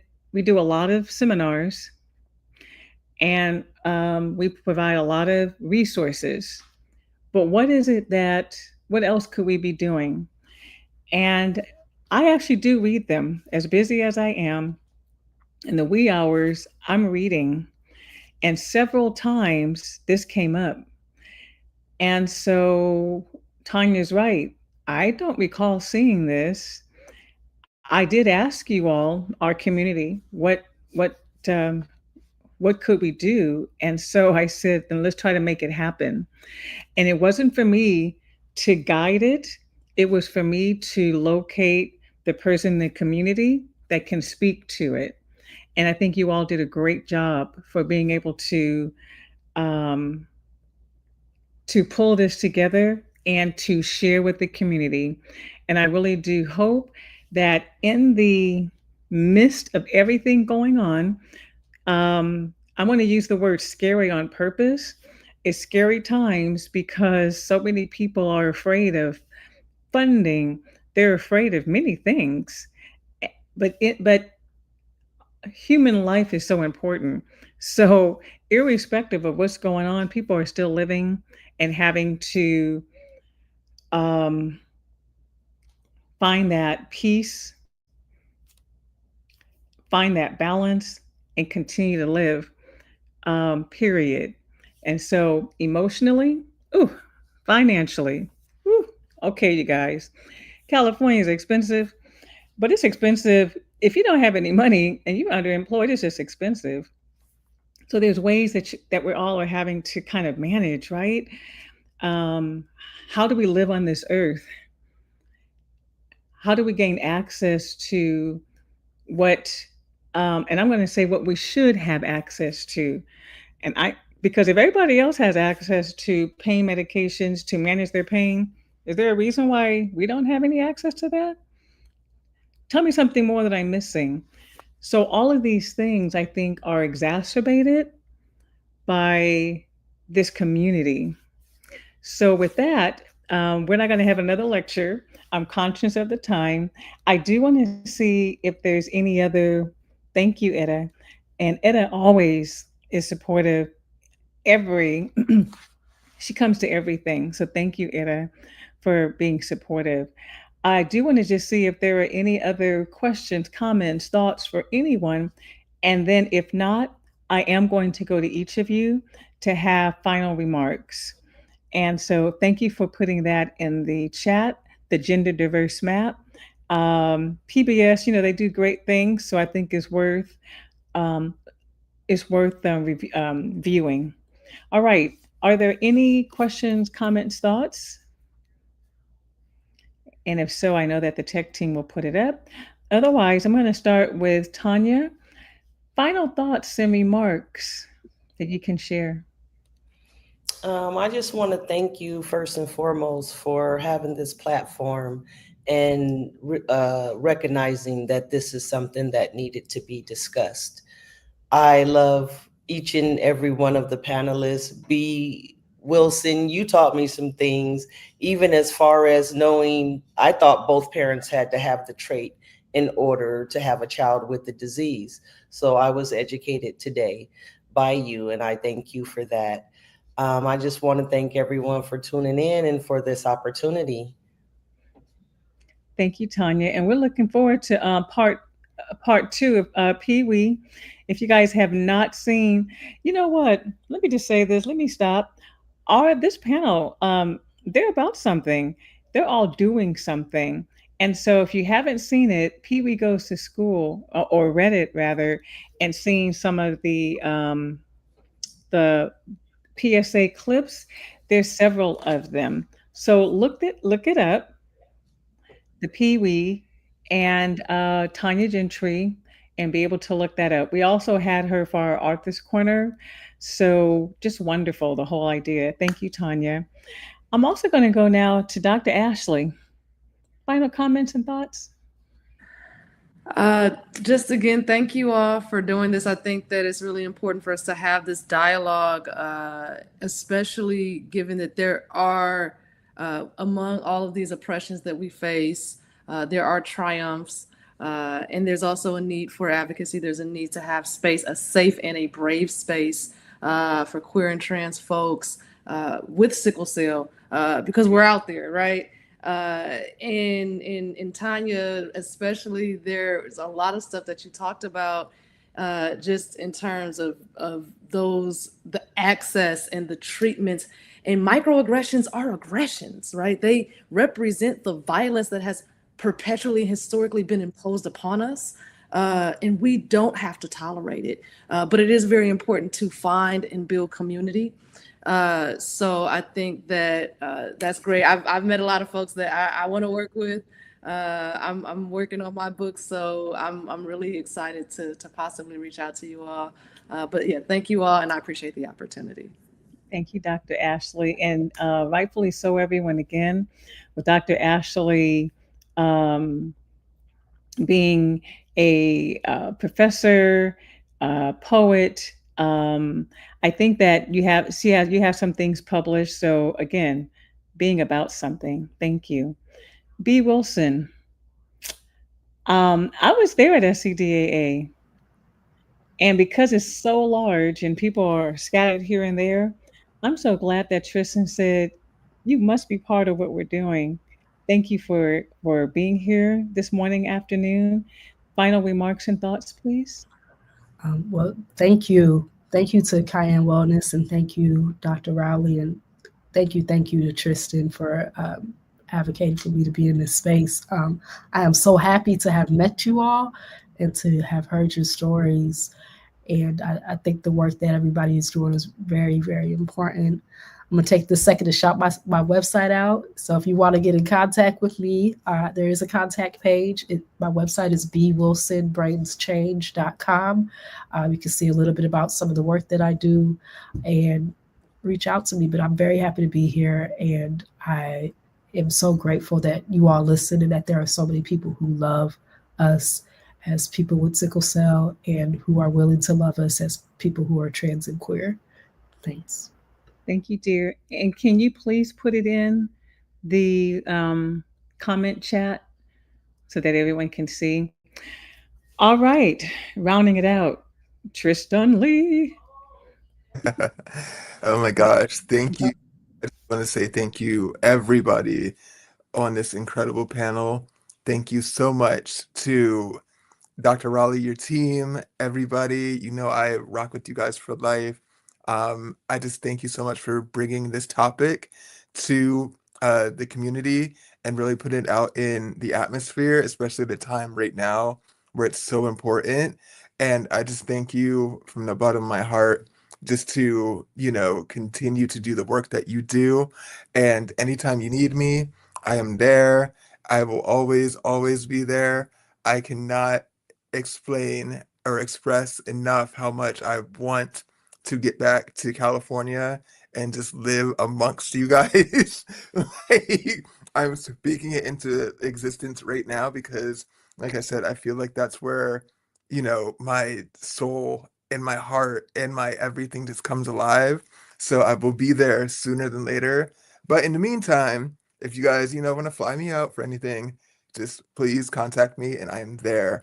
But thank you, Tanya, Dr. Ashley. It was great meeting you. And I'm so full right now. Like, this was everything, everything. So just thank you. And thank you to the audience. Like, you guys have been great.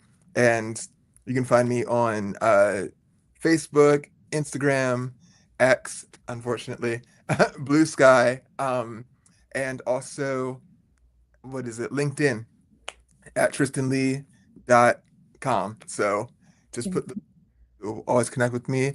I'm here for you. And like Whoopi Goldberg says, as she ends the view, we're in this together and you're not alone. Thank you, Tristan. And just to let everybody know, Tristan will be at our summit in September in San Jose.